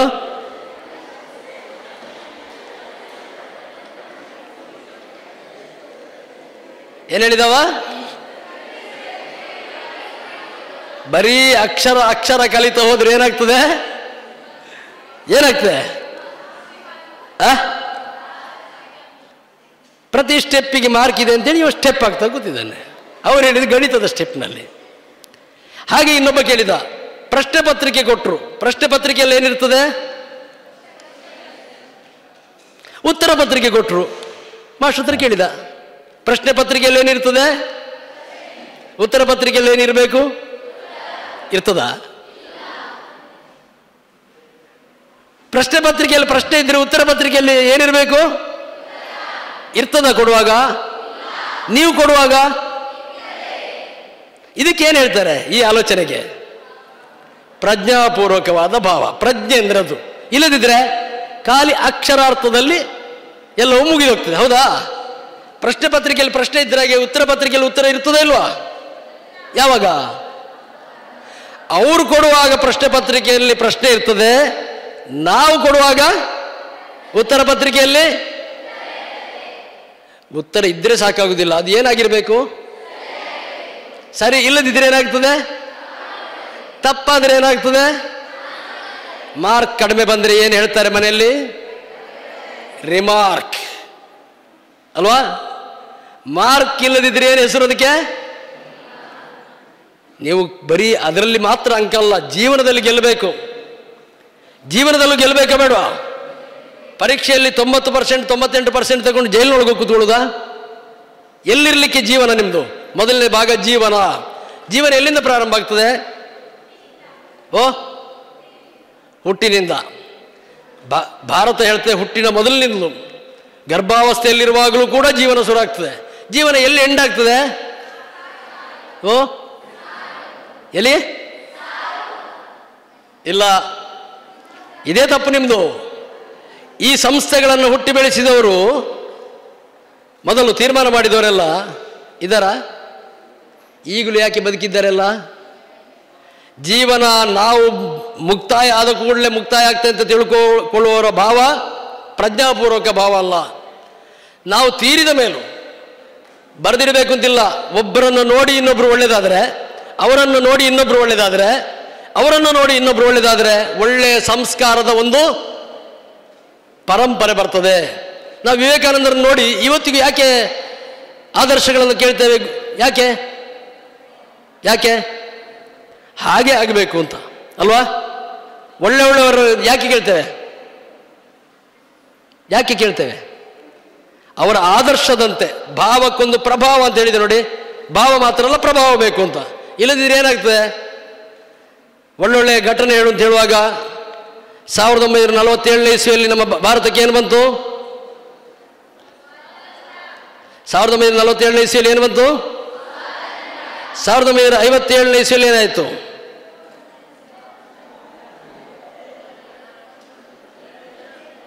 ಏನಾಯಿತು? ಸ್ವಾತಂತ್ರ್ಯ ಬಂದು 10 ವರ್ಷ ಆಯ್ತು ಅಷ್ಟೆ. ಏನಾಯ್ತು ಅಲ್ವಾ? ಅಂದರೆ ಕೆಲವೊಂದು ನಮಗೆ ಮನಸ್ಸಿನಲ್ಲಿ ಆಲೋಚನೆ ಮಾಡಿ, ಮನಸ್ಸಿನಲ್ಲಿ ಇವತ್ತಿನ ದಿನಕ್ಕೆ ಎಲ್ಲ ರೋಗಗಳಿಗೆ ಮೂಲ ಮನಸ್ಸು ಅಂತ ಆಲೋಚನೆ ಮಾಡಿದ್ದಾರೆ. ನಾನು ಇದನ್ನು ಯಾಕೆ ಹೇಳ್ತಾ ಇದ್ದೇನೆ ಅಂದರೆ, ವಿಸ್ತಾರ ಮಾಡ್ತಾ ಇದ್ದೇನೆ. ವಿಸ್ತಾರ ಯಾಕೆ ಮಾಡ್ತಾ ಇದ್ದೇನೆ ಕೇಳಿದರೆ, ನೀವತ್ತು ಕೇಳ್ತಾ ಇರುವ ಸಬ್ಜೆಕ್ಟ್ ಸಣ್ಣ ಸಬ್ಜೆಕ್ಟ್ ಅಲ್ಲ. ಇವತ್ತು ನಾನು ಬರೀ ಒಂದು ದೀಪ ಹಚ್ಚಿಬಿಡುವುದು. ಇವತ್ತಿನ ರೋಗಗಳ ಮೂಲ ಯಾವುದು? ಯಾವುದು ಕೇಳಿದ್ದೀರಾ? ಮನಸ್ಸು. ಆಲೋಚನೆ ಮಾಡಿ ನೀವು. ನಾಡಿದ್ದು ನಾನು ನೋಟ್ಸ್ ಬರೀಲಿಲ್ಲ, ನಾನು ಹೋಗಬಾರ್ದು ಶಾಲೆಗೆ ಅಂತ ನೀವು ಹಿಂದಿನ ಸಾಟರ್ಡೆ ಆಲೋಚನೆ ಮಾಡಿದರೆ, ಭಾನುವಾರ ನಿಮಗೆ ಮುಕ್ಕಾಲ್ವಾಸಿ ರೋಗ ಬಂದಿರ್ತದೆ ಮನೆಯಲ್ಲಿ ಇಲ್ವಾ? ನೀವು ನಟನೆ ಮಾಡಲಿಕ್ಕೆ ಶುರು ಮಾಡ್ತೀರಿ. ಅಪ್ಪ ಅಮ್ಮನಿಗೊಂದು ನನಗೆ ರೋಗ ಬಂದಿದೆ ಅಂತ ಹೇಳುವಷ್ಟು ನಟನೆ ಶುರು ಮಾಡ್ತೀರಿ ಅಲ್ವಾ? ಆಲೋಚನೆ ಮಾಡಿ. ಸೋಮವಾರ ಬೆಳಗ್ಗೆ ಸಾಧ್ಯವೇ ಇಲ್ಲ ಅನ್ನೋಷ್ಟು ನಿಮಗೆ ಅದು ಆವರಿಸ್ಕೊಂಡಿರ್ತದೆ. ಮತ್ತೆ ನಿಮ್ಮದು ಚೆಕ್ ದಿ ಲಕ್, ಕಳಿಸ್ಬೇಕೋ ಬೇಡೋ. ಹಾಗಿದ್ರೆ ಮೂಲೆಯಲ್ಲಿ ರೋಗದ್ದು. ಇದು ನಾನು ಸುಳ್ಳು ಹೇಳ್ತಾ ಇಲ್ಲ, ಖಾಲಿ ನಿಮಗೆ ಇದಕ್ಕಲ್ಲ. ನೀವು ಮನೆಗೆ ಹೋಗಿ ಆಲೋಚನೆ ಮಾಡಿ. ಯಾರ ಹತ್ರ ಎಲ್ಲ ಮೊಬೈಲ್ ಉಂಟು? ಮೊಬೈಲ್ ಸತ್ಯ ಹೇಳಿ, ತೊಂದರೆ ಇಲ್ಲ. ಉಂಟು? ಸುಳ್ಳು ಹೇಳ್ತಿದ್ದೀರಾ? ಕೈ ಎತ್ತಿ, ಹೇಳ್ತೇನೆ ನಾನು. ಮೊಬೈಲ್ ಅನ್ನೋದು ಬಸ್ಸಿನಲ್ಲಿ ಹೋಗುವ ಕಿಟಕಿ ಹಾಗೆ. ಒಳ್ಳೆಯ ಪರಿಸರವನ್ನು ನೋಡಿದರೆ ಒಳ್ಳೆಯ ನಾಲೆಜ್ ಬರ್ತದೆ. ಒಳ್ಳೆಯ ಭಾವನೆ, ಇಲ್ಲಿ ಕೇಳಿ, ಒಳ್ಳೆಯ ಭಾವನೆ ಅನ್ನೋದು ನಮಗೆ ಗೊತ್ತಿಲ್ಲದೆ ಎಷ್ಟು ಪ್ರಭಾವ ಬೀರ್ತದೆ ಅನ್ನೋದಕ್ಕೆ ಇತ್ತೀಚೆಗೆ ವಿಜ್ಞಾನಿಗಳು ಅನ್ವೇಷಣೆ ಮಾಡಿದ್ದಾರೆ. ನೀವು ಕೇಳಿದಿರಾ, ನೀರನ್ನೆಲ್ಲ ಊಟಕ್ಕೆ ಕೂತಾವಾಗ ಬೈತಾ ಊಟ ಮಾಡಬೇಡ ಅಂತ ಹೇಳ್ತಾರೆ ಮನೆಯಲ್ಲಿ? ಹಲೋ ಕೇಳಿಲ್ಲಿ, ಊಟಕ್ಕೆ ಕೂರುವಾಗ ಇನ್ನೊಬ್ಬರಿಗೆ ಬೈಕೊಂಡು ಊಟ ಮಾಡಬೇಡ ಅಂತ ಹೇಳ್ತಾರಾ ಇಲ್ವಾ? ಒಳ್ಳೆಯ ಭಾವನೆಗಳೇ ಬೇಕಲ್ವಾ? ಫಸ್ಟ್ ಇದು ಅದೇ ಅಲ್ವಾ?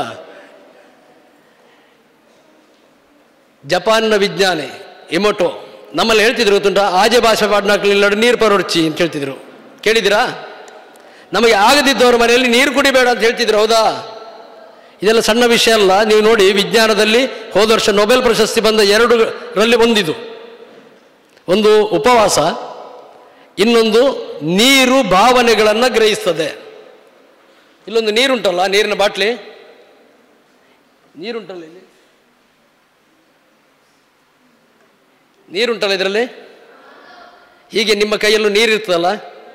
ಈಗ ನೀವು ನನ್ನ ಭಾಷಣ ಕೇಳ್ತಾ ಇದ್ದೀರೋ ಇಲ್ಲೋ ಬೇರೆ ವಿಷಯ, ನೀರು ಕೇಳ್ತಾ ಇದೆ. ಆಶ್ಚರ್ಯ ಆಗ್ತಲ್ಲ ನಿಮಗೆ? ಜಪಾನ್ನ ವಿಜ್ಞಾನಿ ಇಮೋಟೋ ಅಂತ ಹೇಳುವ ಇದನ್ನು ಸಂಶೋಧನೆ ಮಾಡಿದ್ದಾನೆ. ನೀವೊಂದು ಗ್ಲಾಸ್ ನೀರಿಟ್ಟು ಅದರಲ್ಲಿ ಒಳ್ಳೆಯ ವಿಷಯವನ್ನೇ ಹೇಳ್ತಾ ಇದ್ರೆ, ಅದರ ಎದುರಿಗೆ ಒಳ್ಳೆಯ ವಿಷಯವನ್ನೇ ಹೇಳ್ತಾ ಇದ್ದರೆ ಮನಸ್ಸನ್ನು ಇಮೋಟೋ ನೋಡಿ, ವಾಟರ್ ಸ್ಟ್ರಕ್ಚರ್ಸ್ ಅಂತ ಹಾಕಿ ಸಿಗ್ತದೆ. ನೀರಿನಲ್ಲಿ ಒಳ್ಳೆಯ ವಿಷಯ, ಒಳ್ಳೆಯ ಭಾವನೆಗಳನ್ನು ಹೇಳಿದ ಕೂಡಲೇ ನೀರಿನ ಒಳಗೆ ನಿಮ್ಮ ಬೆಂಡೋಲೆಗಳಲ್ಲಿ ಬೇರೆ ಬೇರೆ ರೀತಿಯ ಹೇಗೆ ಸ್ಟ್ರಕ್ಚರ್ ಬರ್ತದೆ, ಹಾಗೆ ಅದರಲ್ಲಿ ಸೂಕ್ಷ್ಮದರ್ಶಕದಲ್ಲಿ ನೋಡಿದರೆ ಸ್ಟ್ರಕ್ಚರ್ಸ್ ಬರ್ತದೆ ಅನ್ನೋದನ್ನು ನೋಡಿದ್ದಾರೆ. ಅದನ್ನು ನಾವು ಕುಡಿದ್ರೆ, ಅಂತಹ ಒಳ್ಳೆಯ ನೀರನ್ನು ನಾವು ಕುಡಿದ್ರೆ, ನಮ್ಮ ಜೀವಕೋಶದಲ್ಲಿ ಹೆಚ್ಚಿನ ಅಂಶ ಯಾವುದುಂಟು? ಇಡೀ ಪ್ರಪಂಚದಲ್ಲಿ ಮುಕ್ಕಾಲ್ವಾಸಿ ಏನುಂಟು? ನೀರುಂಟು. ನಮ್ಮ ದೇಹದಲ್ಲಿ ಮುಕ್ಕಾಲ್ವಾಸಿ ಏನುಂಟು? ಹಾಗಿದ್ರೆ ನೀರಿನ ಸ್ಟ್ರಕ್ಚರ್, ಒಳ್ಳೆಯ ನೀರಿನ ಸ್ಟ್ರಕ್ಚರ್ ಒಟ್ಟಿಗೆ ಬಂದರೆ ಏನು ಬರ್ತದೆ? ಭಾವನೆ ಬರ್ತದೆ. ಹಾಗಿದ್ರೆ ನಮ್ಮ ಆಹಾರ, ವಿಹಾರ, ಕುಡಿಯುವ ನೀರು, ಇದರ ಎದುರಿನಲ್ಲಿ ಬೈಕೊಂಡು ನೀವು ಊಟ ಮಾಡ್ತೀರಲ್ಲ, ಊಟ ಮಾಡುವಾಗ ಕುಸ್ತಿಪಟ್ಟು ಹೋಗ್ಬೇಕಂತಿದ್ಯಾ? ಊಟ ಮಾಡುವಾಗ, ನೀರು ಕುಡಿಯುವಾಗ ಎಲ್ಲ ನಾವು ನಮ್ಮ ಈ ರೀತಿಯ ಕೆಟ್ಟ ಭಾವನೆಗಳ ಪ್ರದರ್ಶನ ಮಾಡಬಾರ್ದು.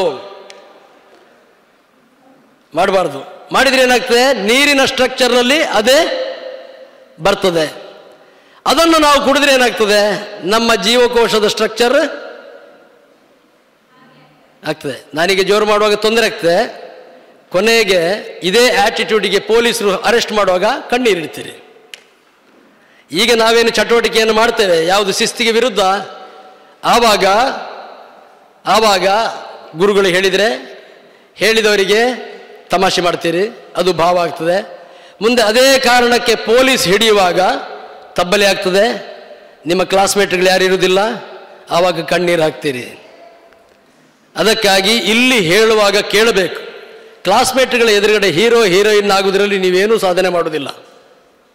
ಅವರು ಭಾಷಣ ಮಾಡುವಾಗ ನಾನು ಅವನಿಗೆ ಹೊಡೆದೆ, ಅವರೇನು ಕೇಳೋದು ಅಂತ ನೆಗ್ಲೆಕ್ಟ್ ಮಾಡೋದ್ರಲ್ಲಿ ನೀವೇನೂ ಸಾಧನೆ ಮಾಡೋದಿಲ್ಲ. ಜೀವನದಲ್ಲಿ ಯಾರೂ ಇರುವುದಿಲ್ಲ, ನಿಮಗೆ ನೀವೇ. ಆ ಸಂಸ್ಕಾರವನ್ನು ನಿಮ್ಮ ಶಾಲೆ ಕೊಡ್ತಾ ಉಂಟು. ಅದನ್ನು ವಿರೋಧ ಮಾಡಿ ಹೋಗ್ತೇನೆ ಅಂತ ಹೇಳಿದರೆ, ನಾನು ಮೊದಲೇ ಹೇಳಿದೆ, ಯಾಕೆಂತ ಹೇಳಿದರೆ ನಾವು ಗ್ರಹಿಸುವಿಕೆಯಲ್ಲಿ ಭಾವನೆಗಳಲ್ಲಿ ತಪ್ಪು. ಅಣ್ಣ ತಮ್ಮ ಇಬ್ಬರು ಒಂದೇ ಶಾಲೆಯಲ್ಲಿದ್ದರು, ನಾಯಿ ಬಗ್ಗೆ ಪ್ರಬಂಧ ಬರೀಲಿಕ್ಕೆ ಹೇಳಿದರು. ಏನು? ಇಬ್ಬರ ಪ್ರಬಂಧನೂ ಒಂದೇ ರೀತಿ ಉಂಟು. 8ನೇ ಕ್ಲಾಸಲ್ಲಿರುವ ಅಣ್ಣಂದು, 7ನೇ ಕ್ಲಾಸಲ್ಲಿರುವ ತಮ್ಮಂದು. ಏನು ಇಬ್ಬರದ್ದು ಕಾಪಿ ಹೊಡೆದಿದ್ದೀರಾ? ನಾಯಿ ಬಗ್ಗೆ ಪ್ರಬಂಧ ಒಂದೇ ಬರೆದಿದ್ದೀರಿ ಕೇಳಿದರು. ಅದಕ್ಕೇನು ಹೇಳಿದರು ಅವರು? ನಮ್ಮನೇಲಿ ಒಂದೇ ನಾಯಿ ಇರೋದು ಸರ್ ಅಂದರು. ಅದೇ ನಾಯಿದು ನಾವು ಬರೆದಿದ್ದು ಅಂತ. ಯಾಕೆ ಹೇಳಿದೆ ಇದನ್ನು? ಯಾಕೆ ಹೇಳಿದೆ?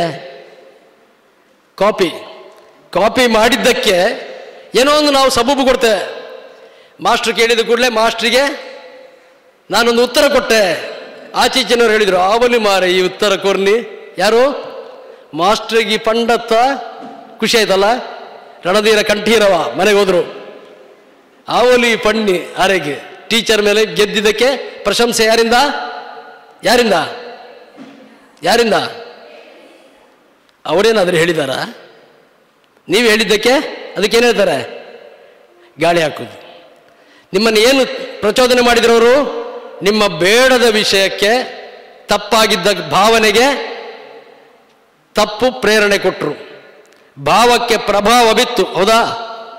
ನಿಮ್ಮ ಭಾವ ಉಂಟಲ್ಲ, ಅದಕ್ಕೆ ಪ್ರಭಾವ ಬಿತ್ತು, ನೀವೆಣಿಸಿದ್ರಿ. ಹೀಗೆ ವಿರೋಧ ಮಾಡುವುದರಲ್ಲೇ ಹೀರೋಯಿಸಮ್. ಮಾಸ್ಟ್ರಿಗೆ ನೋಟ್ಸ್ ತಪ್ಪಿಸಿದ್ದಕ್ಕೆ ಉತ್ತರ ಕೊಡುವುದರಲ್ಲೇ ನಾನು ಹೀರೋಯಿಸಮ್. ಮಾಸ್ಟ್ರು ಶಾಲೆಯಲ್ಲಿ ಮಾಡಿದ ರೂಲ್ಸನ್ನು ಬ್ರೇಕ್ ಮಾಡಿ ಅದು ನನ್ನದು ಸರಿ ಅಂತ ಹೇಳುವುದರಲ್ಲೇ ನಾನು ದೊಡ್ಡವನಾಗಬೇಕು. ಇದು ಎಲ್ಲಿವರೆಗೆ ಬೆಳೀತದೆ? ಒಳ್ಳೆಯದಾಗ್ತದೆ. ಇಲ್ಲಿ ವಂಚನೆ ಮಾಡಿದ ಆ ಭಾವ ಬಲಿತು ಏನಾಗ್ತದೆ? ನೀವು ಸಮಾಜಕ್ಕೆ ಬರ್ತೀರಿ. ಸಮಾಜಕ್ಕೆ ಬರುವಾಗ ಏನಾಗ್ತದೆ? ನಿಮ್ಮಲ್ಲಿ ಹೀರೋಯಿಸಮ್ ಏನಿರ್ತದೆ? ಯಾವುದು ರೂಲ್ಸ್ ಉಂಟು ಅದನ್ನು ಬ್ರೇಕ್ ಮಾಡೋದ್ರಲ್ಲಿ ನಾನು ದೊಡ್ಡ ಜನ ಅಂತ ಆಗ್ತದೆ. ರೂಲ್ಸ್ ಫಾಲೋ ಮಾಡೋದ್ರಲ್ಲ, ಅಲ್ವಾ?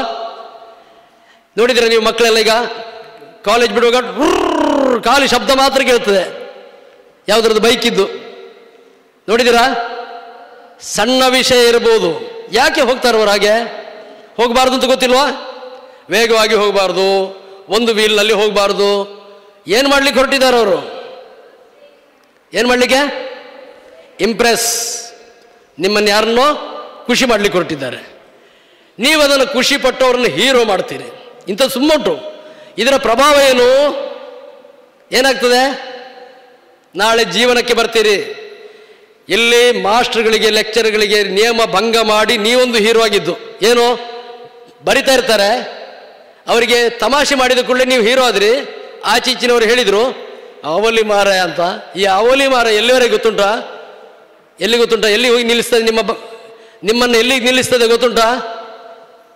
ನಿಮಗೆ? ಹಿಂದೆ ಬಾರದಲ್ಲ ವ್ಯಕ್ತಿತ್ವಕ್ಕೆ ಹೋಗಿ ನಿಲ್ಲಿಸ್ತದೆ. ನೀವು ದೊಡ್ಡ ಕ್ರಿಮಿನಲ್ ಆಗ್ತೀರಿ. ನೀವು 4 ಜನರಿಗೆ ಕಾಣಬೇಕು ಅಂತಾದರೆ ಎಲ್ಲರೂ ಎಡದ ಬದಿಯಲ್ಲೇ ಹೋಗಿ ಅಂತ ಹೇಳಿದ್ರಿ. ಎಡದ ಬದಿಯಲ್ಲಿ ಹೋದರೆ ನಮ್ಮನ್ನು ಯಾರು ನೋಡುವುದಿಲ್ಲ ಅಲ್ವಾ? ರೂಲ್ಸ್ ಅದು. ಎಡದ ಬದಿಯಲ್ಲಿ ಹೋಗ್ಬೇಕಂದ್ರೆ ಎಡದ ಬದಿಯಲ್ಲಿ ಹೋಗಬೇಕು, ಯಾರು ನೋಡುವುದಿಲ್ಲ. ಎಲ್ರಿಗೆ ಕಾಣಬೇಕು ಅಂತ ತವಕ ಇರ್ತದಲ್ಲ. ಇಲ್ಲಿ ಕೂತ್ಕೊಂಡು ಮಾಡ್ತಾ ಇರ್ತೀರಲ್ಲ ಚೇಷ್ಟೆ ಯಾಕೆ ಮಾಡ್ತೀರಿ ನೀವು? ಯಾಕೆ ಮಾಡ್ತೀರಿ? ನಿಮಗೆ ಗೊತ್ತುಂಟು. ಯಾಕೆಂದರೆ ನಾನು ಅದೇ ಪ್ಲೇಸಲ್ಲಿ ಕೂತು ಬಂದವ. ಚೇಷ್ಟೆ ಮಾಡೋದು ಯಾಕೆಂದರೆ 4 ಜನರ ಮಧ್ಯದಲ್ಲಿ ನಾನೊಬ್ಬ ಅತ್ಯಂತ ಚಟುವಟಿಕೆ ಅಂತ ತೋರಿಸ್ಲಿಕ್ಕೆ, ಅದನ್ನು ಹೌದು ಅಂತ ಹೇಳಲಿಕ್ಕೆ ಉಳಿದವರು. ಕೊನೆಗೆ ಏನಾಗ್ತದೆ? ಲೆಫ್ಟ್ ಸೈಡ್ನಲ್ಲೇ ಹೋಗಬೇಕು ಅಂತ ರೂಲ್ಸ್ ಮಾಡಿದರೆ ಯಾರು ನೋಡುವುದಿಲ್ಲ. ಅವಾಗೇನು ಮಾಡ್ತೀರಿ? ರೈಟ್ ಸೈಡ್ನಲ್ಲಿ ಹೋದರೆ ಎಲ್ಲರೂ ನೋಡ್ತಾರೆ. ಅವಾಗ ಏನಾಗ್ತದೆ? ನಿಯಮ ಭಂಗ ಮಾಡಲಿಕ್ಕೆ ಗೊತ್ತಾಗ್ತದೆ. ಆವಲಿ ಎತ್ತ ಮಾರಯ್ಯಿ ಅಂತ ಹೇಳ್ತಾರೆ. ಹೌದಾ? ಸಭೆಯಲ್ಲಿ ಒಂದು ಗಲಾಟೆ ಮಾಡಿದರೆ ಆವಲಿ ಮಾರಯ್ಯಿ. ಎಲ್ಲಿವರೆಗೆ ಆವಲಿ ಮಾರ? ನೀವು ದೊಡ್ಡ ಕ್ರಿಮಿನಲ್ ಆಗ್ತೀರಿ. ಕ್ರಿಮಿನಲ್ ಆಗಲಿಕ್ಕೆ ದೊಡ್ಡ ವಿಷಯ ಅಲ್ಲ, ಭಾವದಲ್ಲಿ ವ್ಯತ್ಯಾಸ. ಪ್ರಜ್ಞಾಪೂರ್ವಕವಾಗಿ ನಮ್ಮಲ್ಲಿ ಭಾವನೆಯಲ್ಲಿ ವ್ಯತ್ಯಾಸವನ್ನು ಶಾಲೆಯಲ್ಲಿರುವಾಗ ಪ್ರಾರಂಭ ಮಾಡಿದ್ದು ದೊಡ್ಡ ಕ್ರಿಮಿನಲ್ ಆಗುವಲ್ಲಿವರೆಗೂ ಆವಲೆತ್ತ ಮಾರ ಹೇಳ್ತಾರೆ. ಆವಾಗ ಇಂಚ ಮಲ್ಪರೆ ಬಲ್ಲಿತ್ತುಂಡು ಮಾರ ಅಂತ ಹೇಳ್ತಾರೆ. ಶಾಲೆ ಬಿಟ್ಟು ಹೋದ ಮೇಲೆ ನಿಮ್ಮಲ್ಲಿ ನೀವು ರೂಢಿಸಿಕೊಂಡ ವ್ಯಕ್ತಿತ್ವ ಬಿಟ್ಟರೆ ಮತ್ತಾರೂ ಇರುವುದಿಲ್ಲ. ಒಳ್ಳೆಯ ವ್ಯಕ್ತಿಗಳಾಗಿದ್ದರೆ 4 ಜನ ಕರೆದು ಮಾತಾಡ್ತಾರೆ. ಕೆಟ್ಟ ವ್ಯಕ್ತಿ ಆದರೆ 4 ಜನ ಹೊತ್ಕೊಂಡು ಹೋಗಿ ಮಾತಾಡ್ತಾರೆ ಜೀಪಲ್ಲಿ ಬಂದು. ಗೊತ್ತಾಯ್ತಾ? ಒಳ್ಳೆಯ ವ್ಯಕ್ತಿ ಆಗಲಿಕ್ಕೆ ಪ್ರಾರಂಭದಲ್ಲಿ ಬಿದಿರುಂಟಲ್ಲ, ಬಿದಿರು ಬಗ್ಗುತ್ತದೆ, ಶಿಸ್ತಿಗೆ ಒಳಪಡ್ತದೆ, ಬೆಂಡಾಗ್ತದೆ. ಬೆಂಡಾದ ಬಿದಿರು ಯಾವುದಕ್ಕೆ ಉಪಯೋಗ ಮಾಡ್ತಾರೆ ಗೊತ್ತುಂಟಾ? ದೇವರನ್ನು ಹೊರುವ ಪಲ್ಲಕ್ಕಿಗೆ. ಯಾವುದಕ್ಕೆ? ದೇವರನ್ನು ಹೊರುವ ಪಲ್ಲಕ್ಕಿಗೆ ಬೆಂಡಾದ ಬಿದಿರು. ಬೆಂಡು ಯಾಕಾಯ್ತದು? ಯಾವುದೋ ಕೆಲವು ಶಿಸ್ತಿಗೆ ಒಳಪಟ್ಟಿತು ಆಯಾ ಪ್ರಾಯದಲ್ಲಿ, ಬೆಳವಣಿಗೆಯಲ್ಲಿ. ನೇರವಾದ ಬಿದಿರಲ್ಲಿ ದೇವರು ಹೊತ್ಕೊಂಡು ಹೋಗ್ತಾರಾ? ಹೆಣ ಹೊತ್ಕೊಂಡು ಹೋಗ್ತಾರೆ. ಯಾವುದರಲ್ಲಿ? ಶವವನ್ನು ಹೊತ್ಕೊಂಡು ಹೋಗುವುದು ನೇರವಾದ ಬಿದಿರಿನಲ್ಲಿ. ನೇರವಾದ ಬಿದಿರು ಅಂತ ಹೇಳಿದರೆ ಅಹಂಕಾರದಿಂದ ಬೆಳೆದವ, ಯಾವ ಶಿಸ್ತಿಗೂ ನಾನು ಒಳಪಡುವುದಿಲ್ಲ ಎನ್ನುವ ಭಾವವನ್ನು ಬೆಳೆಸಿಕೊಂಡವ. ಅವ ಹೀರೋ ಆಗುವುದು ಆ ಬೆಂಚಿಗೆ ಮಾತ್ರ, ಪಕ್ಕದ ಬೆಂಚಿಗೆ ಮಾತ್ರ. ನಂತರ ಅವ ನೇರವಾದ ಬಿದಿರಾಗಿ ಸಮಾಜದಲ್ಲಿ ಹೇಗೆ ದೇವರನ್ನು ಹೊರುವಂತಹ ಬಿದಿರಿಗೂ ಶವ ಹೊರುವ ಬಿದಿರಿಗೂ ವ್ಯತ್ಯಾಸ ಉಂಟೋ ಅಷ್ಟೇ ವ್ಯಕ್ತಿತ್ವ ಬರ್ತದೆ. ಹಾಗಾಗಿ ಸಣ್ಣ ವಿಷಯ ಅಲ್ಲ ಭಾವ ಪ್ರಜ್ಞೆ. ಯಾರು ಒಳ್ಳೆಯ ಭಾವವನ್ನು ಬೆಳೆಸಿಕೊಳ್ತಾರೆ ಅವರಿಗೆ ಒಳ್ಳೆಯ ಪರಿಣಾಮವೇ ಉಂಟಾಗ್ತದೆ. ಸ್ವಲ್ಪ ದಿವಸ ತಡ ಆಗ್ಬೋದು. ಯೋಗ್ಯತಾವಂತರಿಗೆ ಅವಕಾಶಗಳು ಇಲ್ಲ ಅಂತಾಗುವುದಿಲ್ಲ, ತಡವಾಗಿ ಬರ್ತದೆ. ಯಾಕೆಂದರೆ ಎಲ್ಲ ಹಣ್ಣುಗಳು ಒಂದೇ ಕಾಲಕ್ಕೆ ಹಣ್ಣಾಗುವುದಲ್ಲ. ಹಣ್ಣಾಗಲಿಕ್ಕೆ ಅದರದರ ಕಾಲ ಉಂಟು. ಕೋಗಿಲೆ ಮತ್ತು ಕಾಗೆ ಒಂದೇ ಥರ ಕಾಣ್ತದೆ, ಹೌದಾ ಹೌದಾ? ಯೂನಿಫಾರ್ಮ್ ಹಾಕುವಾಗ ನಾವೆಲ್ಲರೂ ಒಂದೇ. ಗೊತ್ತಾಗುವುದು ಯಾವಾಗ? ಪರೀಕ್ಷೆ ಬಂದವಾಗ ಯಾರು ಒಳ್ಳೆ ಮಾರ್ಕ್ ತೆಗಿತಾರೆ, ಯಾರೆಲ್ಲ ಗೊತ್ತಾಗ್ತದೆ. ಪರೀಕ್ಷೆಯ ಮಾರ್ಕ್ ಒಂದು ಕಡೆಯಲ್ಲಿ, ನಾವು ಸಮಾಜಕ್ಕೆ ಕೊಟ್ಟಾದ ಮೇಲೆ ವ್ಯಕ್ತಿತ್ವವಾಗಿ ನಾವು ಏನು ಅಂತ ಕಾಣುವ ಪರೀಕ್ಷೆಗಳು ಆಗಾಗ ಬರ್ತದೆ. ನಮ್ಮ ಕುಟುಂಬದಲ್ಲಿ ಬರ್ತದೆ, ಯೋಗ್ಯತಾವಂತರು ಯಾರು ಅಂತ ಆರಿಸುವುದು. ಆವಾಗ ನಿಮ್ಮ ಬೆಂಚ್ ಮೇಟ್, ಕ್ಲಾಸ್ಮೇಟ್, ಆವಲಿ ಮಾರೆ ಅಂತ ಹೇಳಿದವ ಬರುವುದಿಲ್ಲ. ಅವಾಗ ಏನಾಗ್ತದೆ? ನೀವು ತಾಯಿ ಆಗಿರ್ತೀರಿ, ನೀವು ತಂದೆ ಆಗಿರ್ತೀರಿ. ಆವಾಗ ನಿಮಗೆ ಬರುವುದು ನಿಮಗೆ ಕೊಟ್ಟ ಸಂಸ್ಕಾರ ಮಾತ್ರ. ಆವಾಗ ಏನು ಅಂತ ಕೇಳಿದರೆ, ನಮಗೆ ಕಂಡಂತಹ ಎಲ್ಲ ಭಾವವನ್ನು ಪ್ರಕಟಿಸಲಿಕ್ಕಿಲ್ಲ. ಎಲ್ಲ ಭಾವವನ್ನು ನಿಮ್ಮ ಮಕ್ಕಳು ಕೇಳುವುದಿಲ್ಲ, ನಿಮ್ಮ ತಂದೆ ಕೇಳುವುದಿಲ್ಲ, ನಿಮ್ಮ ಸಮಾಜ ಕೇಳುವುದಿಲ್ಲ. ಫಿಲ್ಟರ್ಡ್ ಯಾವುದು ಸಂಸ್ಕಾರಯುತವಾಗಿ ಬಂದಿರ್ತದೆ ಆ ಭಾವಕ್ಕೆ ಮಾತ್ರ ಬೆಲೆ. ಅದಕ್ಕೆ ಪ್ರಜ್ಞಾಪೂರ್ವಕವಾದ ಭಾವ. ಜೀವನದಲ್ಲಿ ನಾನು ಹೇಳಿದೆ, ಜೀವನ ಅಂತ ಹೇಳಿದರೆ ನಾವು ಸಾಯುವಲ್ಲಿಗೆ ಮಾತ್ರ ಅಲ್ಲ, ಸತ್ತ ಮೇಲೂ ಜೀವನ ಉಂಟು. ನಮ್ಮನ್ನು ಆದರ್ಶವಾಗಿ ತಿಳ್ಕೊಳ್ತಾರೆ. ಎಲ್ಲರೂ ಹೇಳಿರ್ತದೆ ನೋಡಿ, ನಿಮ್ಮ ಅಜ್ಜನ ಹೆಸರು ಗೊತ್ತುಂಟಾ? ಅಜ್ಜನ ಹೆಸರು ಗೊತ್ತಿದ್ದವ್ರ ತಲೆ ಕೈ ಎತ್ತಿ. ಇದು ಎಲ್ರಿಗೂ ಗೊತ್ತಿರೋ ವಿಷಯ. ಅಜ್ಜನ ಕೇಳ್ತೇನೆ, ಸುಳ್ಳು ಹೇಳಬೇಡಿ. ನೆಕ್ಸ್ಟ್, ಅಜ್ಜನ ಹೆಸರು? ಅಜ್ಜನ ಅಜ್ಜ, ಅಜ್ಜನ ತಂದೆ ಅಲ್ಲ, ಅಜ್ಜನ ಅಜ್ಜ, ಅಜ್ಜನ ಅಜ್ಜ, ಅಜ್ಜನ ಅಜ್ಜ, ಅಜ್ಜನ ಅಜ್ಜ. ಬಿಡಿ, ನನಗೂ ಗೊತ್ತಿಲ್ಲ. ನೇತಾಜಿ ಸುಭಾಷ್ ಚಂದ್ರ ಬೋಸ್ ಕೇಳಿದ್ದೀರಾ? ನಿಮ್ಮ ಅಜ್ಜನ ಅವರು? ಯಾಕೆ ನಿಮಗೆ ನೆನಪುಂಟು? ಓ, ವಲ್ಲಭಾಯ್ ಪಟೇಲ್ ನೆನಪುಂಟ್ರಾ? ಕೇಳಿದ್ದೀರಾ? ನಿಮಗೆ ಸಂಬಂಧಿಕರಾ? ಮತ್ತೆ ಯಾಕೆ ನೆನ್ಪಿಟ್ಟಿದ್ದೀರಿ? ಹಾಗಿದ್ರೆ ನೀವು ಹೇಳಿದಿರಿ ಸತ್ತಲ್ಲಿಗೆ ಜೀವನ ಮುಗೀತು ಅಂತ. ಮುಗೀತಾ?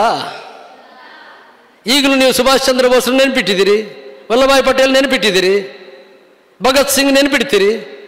ಯಾಕೆ ನೆನಪಿಡ್ತೀರಿ? ಈಗಲೂ ನಿಮ್ಮ ಮನಸ್ಸಿನಲ್ಲಿ ಅವರ ವ್ಯಕ್ತಿತ್ವ ಬದುಕಿದೆ. ಯಾಕೆ ವ್ಯಕ್ತಿತ್ವ ಬದುಕಿದೆ? ಬದುಕು ಹಾಗಿತ್ತು. ಬದುಕು ಯಾಕೆ ಹಾಗಿತ್ತು? ಅವರ ಭಾವನೆಗಳ ಪ್ರಕಟಣೆ ಹಾಗಿತ್ತು. ದೇಶ ಸೇವೆ ಅಂತ ಬಂದಾಗ ಅವರ ಭಾವನೆಗಳು ಹೇಗಿತ್ತು? ನನ್ನ ಮನೆ ನೋಡಲಿಲ್ಲ, ಊರು ನೋಡಲಿಲ್ಲ, ಜೀವ ನೋಡಲಿಲ್ಲ. ಆ ಭಾವನೆಗಳನ್ನು ಪ್ರಜ್ಞಾಪೂರ್ವಕವಾಗಿ ಪ್ರಕಟಪಡಿಸಿದ್ರಿಂದ ಬದುಕಿದ್ದಾರೆ ಅಲ್ವಾ? ಹೀಗೆ ಪ್ರಕಟಪಡಿಸಿದ್ರಲ್ಲ. ಭಗತ್ ಸಿಂಗ್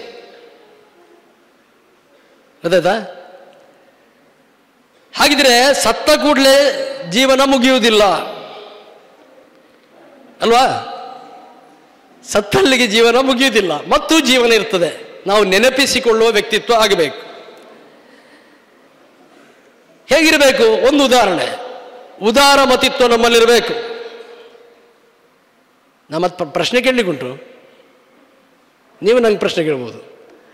ಒಂದು ಜೈಲಿನಲ್ಲಿ, ಎರಡು ರೂಮಿನಲ್ಲಿ ಇಟ್ಕೊಳ್ಳುವ, ಇಬ್ಬರಿಬ್ಬರನ್ನು ಹಾಕಿದರು. ಒಂದು ರೂಮಿನಲ್ಲಿ ಇಬ್ಬರು, ಮತ್ತೊಂದು ರೂಮಿನಲ್ಲಿ ಇಬ್ಬರು ಹೊರಗಡೆ ಹೋಗ್ಲಿಕ್ಕಿಲ್ಲ. ಇಬ್ಬರ ಕೈಗೂ ದೊಡ್ಡ ದೊಡ್ಡ ಸಟ್ಟಗ ಕಟ್ಟಿದ್ದಾರೆ. ಸಟ್ಟಗ, ಆಲೋಚನೆ ಮಾಡಿ, ನಿಮಗೆ ನಿದ್ರೆ ಬರಬಾರ್ದು ಅಂತ ಹೇಳುದು ನಾನು. ದೊಡ್ಡ ಸಟ್ಟಗದಲ್ಲಿ ಬಾಯಿ ಇಟ್ಕೊಳ್ಳಿಕ್ಕೆ ಆಗ್ತದಾ? ಇಷ್ಟು ದೊಡ್ಡ ಸಟ್ಟಗ ಕಟ್ಟಿದರೆ, ಸಟ್ಟಗ ಗೊತ್ತಾಯ್ತು, ಸೌಟು, ಇಷ್ಟಿಷ್ಟು ದೊಡ್ಡ ಸೌಟು ಕಟ್ಟಿದ್ದಾರೆ. ಅನ್ನ ಎಲ್ಲ ಇಟ್ಟಿದ್ದಾರೆ ಅಲ್ಲಿ. ಎರಡೂ ಕೋಣೆಯಲ್ಲಿ ಇಬ್ಬಿಬ್ಬರಿಗೆ ಹೀಗೆ ಕೈಗೆ ಕಟ್ಟಿಬಿಟ್ಟಿದ್ದಾರೆ. 4 ದಿವಸ ಬಿಟ್ಟು ಹೋಗುವಾಗ ಒಂದು ಕೋಣೆಯಲ್ಲಿದ್ದವರಿಬ್ಬರು ಸುಸ್ತಾಗಿ ಬಿದ್ದಿದ್ದಾರೆ. ಅವರಿಗೆ ಗ್ಲೂಕೋಸ್ ಎಲ್ಲ ಕೊಟ್ಟು ಮತ್ತೆ ಆಸ್ಪತ್ರೆಗೆ ಕರ್ಕೊಂಡು ಹೋದರು. ಯಾಕೆ? ಊಟ ಮಾಡಿ. ಮತ್ತೊಂದರಲ್ಲಿದ್ದವರು ಸರಿ ಇದ್ದಾರೆ. ಯಾಕೆ? ಯಾಕೆ ಯಾಕೆ ಗಟ್ಟಿ ಹೇಳಿ.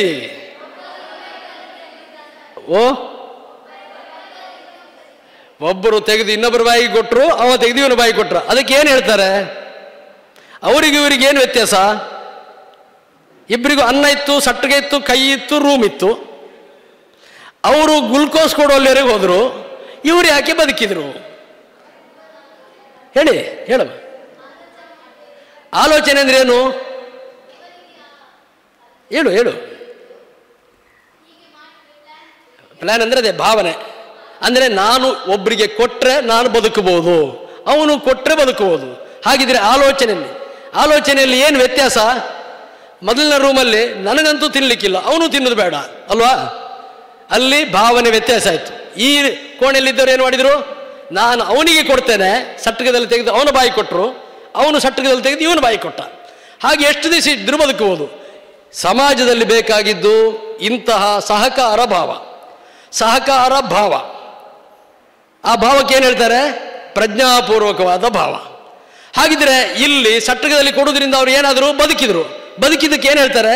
ಹಾಗೆ ತುಂಬ ದಿವಸ ಬದುಕಿದ್ರೆ ಅದಕ್ಕೆ ಏನು ಹೇಳ್ತಾರೆ? ನೀವು ಹುಟ್ಟಿದಿಂದ ಇವತ್ತಿನವರೆಗೆ ಬದುಕಿದ್ದೀರಿ, ಇದರ ಮಧ್ಯದಕ್ಕೆ ಏನು ಹೇಳ್ತೀರಿ? ಜೀವನ.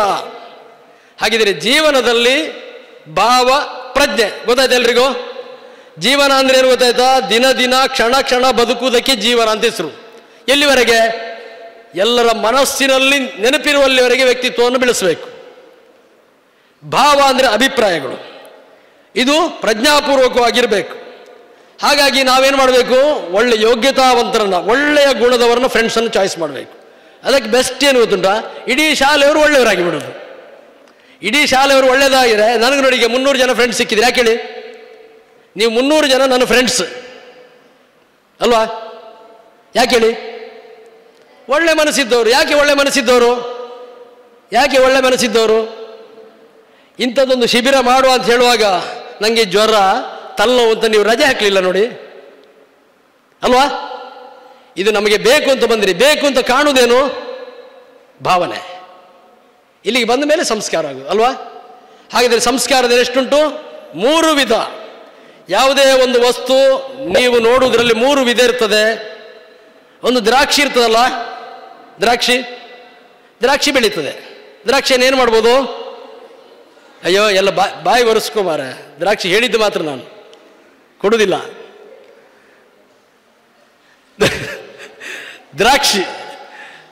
ದ್ರಾಕ್ಷಿ ಹಾಗೆ ತಿನ್ಲಿಕ್ಕೆ ಆಗ್ತದೆ ಹೌದಾ? ಅದನ್ನು ಜ್ಯೂಸ್ ಮಾಡಿ ಕುಡಿತೇವೆ ಹೌದಾ? ಕೆಲವರು ಏನು ಮಾಡ್ತಾರೆ? ಮತ್ತೊಂದಿಷ್ಟ ದಿವಸ ಇಟ್ಟು ಹುಳಿ ಬರೆಸ್ತಾರೆ, ಹೆಂಡ ಮಾಡಿ ಕುಡಿತಾರೆ. ಹಾಗಾದ್ರೆ ಇದರಲ್ಲಿ ಏನು ಕಾಣುತ್ತೆ? ಹೀಗೆ ನಮ್ಮ ಜೀವನ. ಇದಕ್ಕೆ 3 ವಿಧಕ್ಕೆ ಏನು ಹೇಳ್ತಾರೆ ಗೊತ್ತುಂಟಾ? ಪ್ರಕೃತಿ, ಸಂಸ್ಕೃತಿ, ವಿಕೃತಿ. ಏನು ಹೇಳಿ? ನೀವು ಶಾಲೆಗೆ ಬರುವಾಗ ಇಂತಹ ಒಳ್ಳೆ ಶಾಲೆ ಬೇಕು ಅಂತ ಚಾಯ್ಸ್ ಮಾಡಿದ್ದು ನಿಮ್ಮ ಪ್ರಕೃತಿ, ಸ್ವಾಭಾವಿಕ. ನೀವೆಲ್ಲ ಒಳ್ಳೆ ಮಕ್ಕಳೇ. ನಿಮಗೆ ಒಳ್ಳೆ ಅನಿವಾರ್ಯವಾಗಿ ಇಲ್ಲಿ ಒಳ್ಳೆ ಸಂಸ್ಕೃತಿಯನ್ನು ಕೊಡ್ತಾರೆ. ನಿಮ್ಮನ್ನು ಜ್ಯೂಸ್ ಮಾಡಿ ಒಳ್ಳೆ ಅದಕ್ಕೆ ಬೇಕಾಗಿದೆ ಹಾಕಿದ್ದು ಅಲ್ವಾ? ಅದಕ್ಕೆ ಏನು ಹೇಳ್ತಾರೆ? ನೀವೆಲ್ಲಾದರೂ ಇಲ್ಲಿ ಹೇಳಿದ್ದನ್ನು ಕೇಳದೆ, ನಾನು ಹೇಳಿದಾಗೆ ಆವಲೆತ್ತ ಮಾರೆ ಅಂತ ಹೇಳಿದ್ದನ್ನು ಕೇಳಿದರೆ ನೀವು ಸಮಾಜದ ಇನ್ನೊಂದು ಮೂಲೆಗೆ ಹೋಗ್ತೀರಿ. ಗೊತ್ತಾಯ್ತಾ? ಇಲ್ಲಿ ಹೋಗಬೇಕಾದವರು ಸ್ವಲ್ಪ ತಿರುಗಿ ನಿಂತರೆ, ಅಂದರೆ ನಿಮ್ಮ ನಡತೆಯಲ್ಲಿ ಸ್ವಲ್ಪ ತಿರುಗಿ ನಿಂತರೆ ಈ ರೂಮಿಗೆ ಹೋಗೋರು ಆ ರೂಮಿಗೆ ಹೋಗಿರ್ತೀರಿ. ಈ ರೂಮು ರಾಷ್ಟ್ರಪತಿ ಭವನ ಇರ್ಬೋದು, ಹೀಗೆ ಹೋದ ರೂಮು ಜೈಲಿರ್ಬೋದು. ತಿರುಗುವಾಗ ಆಲೋಚನೆ ಮಾಡಬೇಕು. ನಾನು ಸ್ವಲ್ಪ ತಪ್ಪಿದರೆ ಏನಾಗ್ತದೆ ಅಂತ ಕೇಳಿದರೆ ಕುಂಭಕರ್ಣನ ಉದಾಹರಣೆ. ಏನು ಹೇಳಿದ್ರಿ? ಸ್ವಲ್ಪ ತಪ್ಪಿದ್ರೆ ಏನಾಗ್ತದೆ? ಸಭೆ ಆಗೋಗಿ ಸ್ವಲ್ಪ ಮಾತಾಡಿದರೆ ಏನಾಗ್ತದೆ ಹೇಳಿದರೆ ಏನಾಗ್ತದೆ? ಕುಂಭಕರ್ಣ ಏನು ಮಾಡಿದ? ಸ್ವಲ್ಪ ತಪ್ಪಿದ. ಎಷ್ಟು ಏನು ಹೇಳಿದವ? ಏನು ಕೇಳಿದವ? ನಿಮಗೆ ಪ್ರಬಂಧ ಉಂಟಲ್ಲ, ನೀವು ಬಾಯ್ಪಾಠ ಹೊಡಿಬೇಕಲ್ಲ. ಏನು ಕೇಳಿದವ ವರ? ನಿರ್ದೇವತ್ವ ಕೇಳೋ ಬದಲಿಗೆ ಏನು ಕೇಳಿದ? ಅವನ ಜೀವನ ಏನಾಯ್ತು? ಯಾವಾಗಲೂ ದೇವರಾಗಿರೋದು ಅಂತ ಹೇಳಿದ್ರೆ ಕಣ್ಣು ಮುಚ್ಚದೇ ಇರುವುದು. ಅದು ಹೋಗಿ ಏನಾಯ್ತು? ಯಾವಾಗಲೂ ಕಣ್ಣು ಮುಚ್ಚಿಕೊಂಡೇ ಇರುವುದು. ಸ್ವಲ್ಪ ತಪ್ಪಿದ್ರೂ ಕೂಡ ನಮ್ಮ ಜೀವನ ವ್ಯತ್ಯಾಸ ಆಗ್ತದೆ. ಹಾಗಾಗಿ ಭಾವ ಪ್ರಜ್ಞೆ ಅನ್ನೋದು ತಮ್ಮ ನಡತೆಯ ಮೇಲೆ ಪರಿಣಾಮ ಬೀರ್ತದೆ.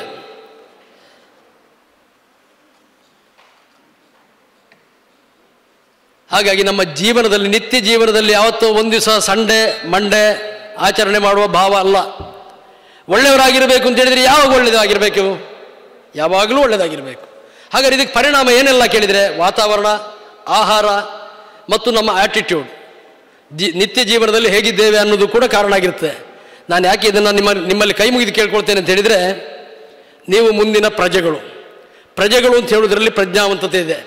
ಒಂದು ಸಣ್ಣ ವ್ಯತ್ಯಾಸ ನಿಮ್ಮಲ್ಲಿ ಆಯಿತು ಅಂತಾದರೆ ಎಷ್ಟು ಲಾಸ್ ಗೊತ್ತುಂಟ.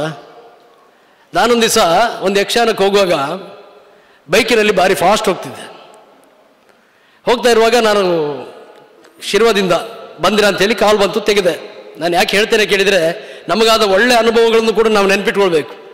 ಬರೀ 6 ತಿಂಗಳಿಗೆ ಇಲ್ಲಿ ಒಬ್ಬರು ಸಬ್ ಇನ್ಸ್ಪೆಕ್ಟರ್ ಆಗಿ ಬಂದಿದ್ದರು. ನಾನು ಜೂನಿಯರ್ ಆಗಿ ಇದ್ದ ಯಕ್ಷಗಾನಕ್ಕೆ ಹೋಗೋ ನಾನು ಬಂದ ಕೂಡಲೇ ನಿಲ್ಲಿಸಿದ್ರು ನಿಟ್ಟೆ ಹತ್ರ, ಈಗ ಡಬಲ್ ವೇ ಆಗಿದೆ. ನಿಲ್ಲಿಸಿದ ಮೇಲೆ ಹೇಳಿದರು, ಬನ್ನಿ ಇಲ್ಲಿ.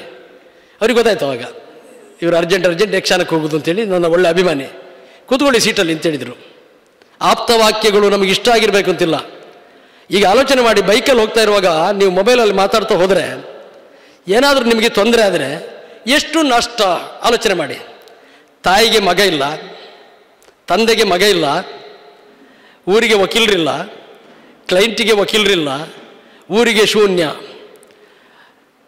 ದಯವಿಟ್ಟು ನನ್ನ ಫ್ರೆಂಡ್ಸ್ ಅಂತ ನಿಮ್ಮನ್ನು ಕರಿತಾ ಇದ್ದೇನೆ, ನನ್ನ ಉಪನ್ಯಾಸ ಅಲ್ಲ. ಆಲೋಚನೆ ಮಾಡಿ, 300 ಮಕ್ಕಳಿದ್ದೀರಿ. 300 ಮಕ್ಕಳು ದೇಶಕ್ಕೆ ಅತ್ಯಂತ ಒಳ್ಳೆಯ ಸೇವೆ ಕೊಡುವ ಒಂದು ಮಿಲಿಟ್ರಿಯವರಾದರೆ, ಎಲ್ಲರನ್ನು ರಕ್ಷಿಸುವ ಮಿನಿಸ್ಟ್ರುಗಳಾದರೆ, ಒಳ್ಳೆಯ ಮಿನಿಸ್ಟ್ರು, ಒಳ್ಳೆಯ ಪ್ರಜೆಗಳಾದರೆ ಮನೆಗೆ ಹೆಮ್ಮೆ, ತಂದೆ ತಾಯಿಗಳಿಗೆ ಹೆಮ್ಮೆ, ನಿಮ್ಮನ್ನು ಕಲಿಸಿದಂಥ ಶಿಕ್ಷಣ ಸಂಸ್ಥೆಯ ಪರಂಪರೆಗೆ ಹೆಮ್ಮೆ, ಊರಿಗೆ ಹೆಮ್ಮೆ, ದೇಶಕ್ಕೆ ಹೆಮ್ಮೆ. ಇದಿಷ್ಟನ್ನು ಬದಲಾವಣೆ ಮಾಡಿಕೊಳ್ಳಲಿಕ್ಕೆ ಇರುವುದೆಲ್ಲಿ? ಪುಟ್ಟ ಜಾಗ, ಮನಸ್ಸಿರುವ ಜಾಗ. ಎಲ್ಲದು? ಯಾವುದರಲ್ಲಿ ಬದಲಾವಣೆ ಮಾಡಬೇಕು? ಯಾವುದರಲ್ಲಿ ಬದಲಾವಣೆ ಮಾಡಬೇಕು? ಮನಸ್ಸಿನಲ್ಲಿ ಬದಲಾವಣೆ ಮಾಡಿದರೆ ಏನು ಬದಲಾವಣೆ ಆಗ್ತದೆ? ನಮ್ಮ ಭಾವನೆಗಳು ಬದಲಾವಣೆ ಆಗ್ತದೆ. ಭಾವನೆ ಬದಲಾವಣೆ ಆದರೆ ನಾವು ಏನಾಗ್ತೇವೆ? ಒಳ್ಳೆಯ ವ್ಯಕ್ತಿತ್ವ ಆಗ್ತದೆ. ಒಳ್ಳೆ ಮಕ್ಕಳಾದರೆ ಮನೆಯಲ್ಲಿ ಖುಷಿ ಪಡುವುದಿಲ್ಲ ಅಪ್ಪ ಅಮ್ಮ. ಓ, ನನ್ನ ಮಗ ಒಳ್ಳೆ ಪೋಖ್ರಿ ಶಾಲೆಯಲ್ಲಿ ಅಂತ ಖುಷಿ ಪಡ್ತಾರೆ ಯಾರಾದರೂ? ಇದ್ರೆ ಅಂತ ತಂದೆ ತಾಯಿಗಳನ್ನ ಹೇಳಿ, ಅವು ಭಯಂಕರ ಪೋಖ್ರಿ ಮರ, ಎಲ್ಲ ಮಾಸ್ಟ್ರಿಗೆ ಉಪದ್ರ ಮಾಡ್ತಾನೆ ಅಂತ ಹೇಳ್ತಾರೆ. ಆದರೂ ಮಾಡ್ತಾರಾ? ಹಾಗಿದ್ದೀರಿ ನಿಮಗೆ ಗೊತ್ತುಂಟು ಯಾವುದು ಒಳ್ಳೆಯದು ಯಾವುದು ಕೆಟ್ಟದ್ದು ಅಂತ. ಹಾಗಿದ್ರೆ ನೀವೆಲ್ಲ ಪ್ರಜ್ಞಾವಂತರು. ಗೊತ್ತಿದ್ದು ನಾವು ತಪ್ಪು ಮಾಡಬಾರ್ದು, ಒಳ್ಳೆಯದನ್ನು ಅನುಸರಿಸಬೇಕು. ಒಳ್ಳೆಯ ಫ್ರೆಂಡ್ಸ್ ಎಲ್ಲರನ್ನೂ ಮಾಡಿಕೊಂಡ್ರೆ ಏನಾಗ್ತದೆ ಕೇಳಿದರೆ, ಸಂತೋಷವನ್ನು ಹಂಚಿಕೊಂಡ್ರೆ ಹೆಚ್ಚಾಗ್ತದೆ, ದುಃಖವನ್ನು ಹಂಚಿಕೊಂಡ್ರೆ ಕಡಿಮೆ ಆಗ್ತದೆ. ಇವತ್ತು ನಾನು ನನ್ನ ಸಂತೋಷವನ್ನು ಹಂಚಿಕೊಳ್ಳುವ ದಿನವಾಗಿ ಇದನ್ನು ಬದಲಾವಣೆ ಮಾಡಿಕೊಂಡಿದ್ದೇನೆ. ನಾನು ಹೇಳುವಾಗ ನಿಮ್ಮ ಭಾವವನ್ನು ವರ್ಧಿಸುವುದಕ್ಕಾಗಿ ನಿಮಗೆ ಖುಷಿ ಮಾಡಿದರೆ ಅದು 2 ಪಟ್ಟಾಗ್ತದೆ, ಬೇಸರ ಆದರೆ ಅದು ಅರ್ಧ ಪಟ್ಟಾಗ್ತದೆ. ನಿಮ್ಮೆಲ್ಲರ ಒಂದಿಗೆ ಒಳ್ಳೆಯ ವಿಚಾರವನ್ನು ಹಂಚಿಕೊಳ್ಳಲಿಕ್ಕೆ, ಒಳ್ಳೆಯ ಮನಸ್ಸನ್ನು, ಒಳ್ಳೆಯ ಭಾವನೆಯನ್ನು ಪ್ರಜ್ಞಾಪೂರ್ವಕವಾಗಿ ಅವಕಾಶ ಮಾಡಿಕೊಟ್ಟಂತಹ ಇಲ್ಲಿಯ ಆಯೋಜಕ ಶಿಕ್ಷಕವೃಂದರಿಗೂ ಮತ್ತು ಇವತ್ತು ನನ್ನ ಗೆಳೆಯರಾಗಿರುವ ನಿಮ್ಮೆಲ್ಲರಿಗೂ ಅಭಿಮಾನಪೂರ್ವಕವಾದ, ಒಳ್ಳೆಯ ಭಾವನೆಯ, ಪ್ರಜ್ಞಾಪೂರ್ವಕವಾದ ನಮಸ್ಕಾರ.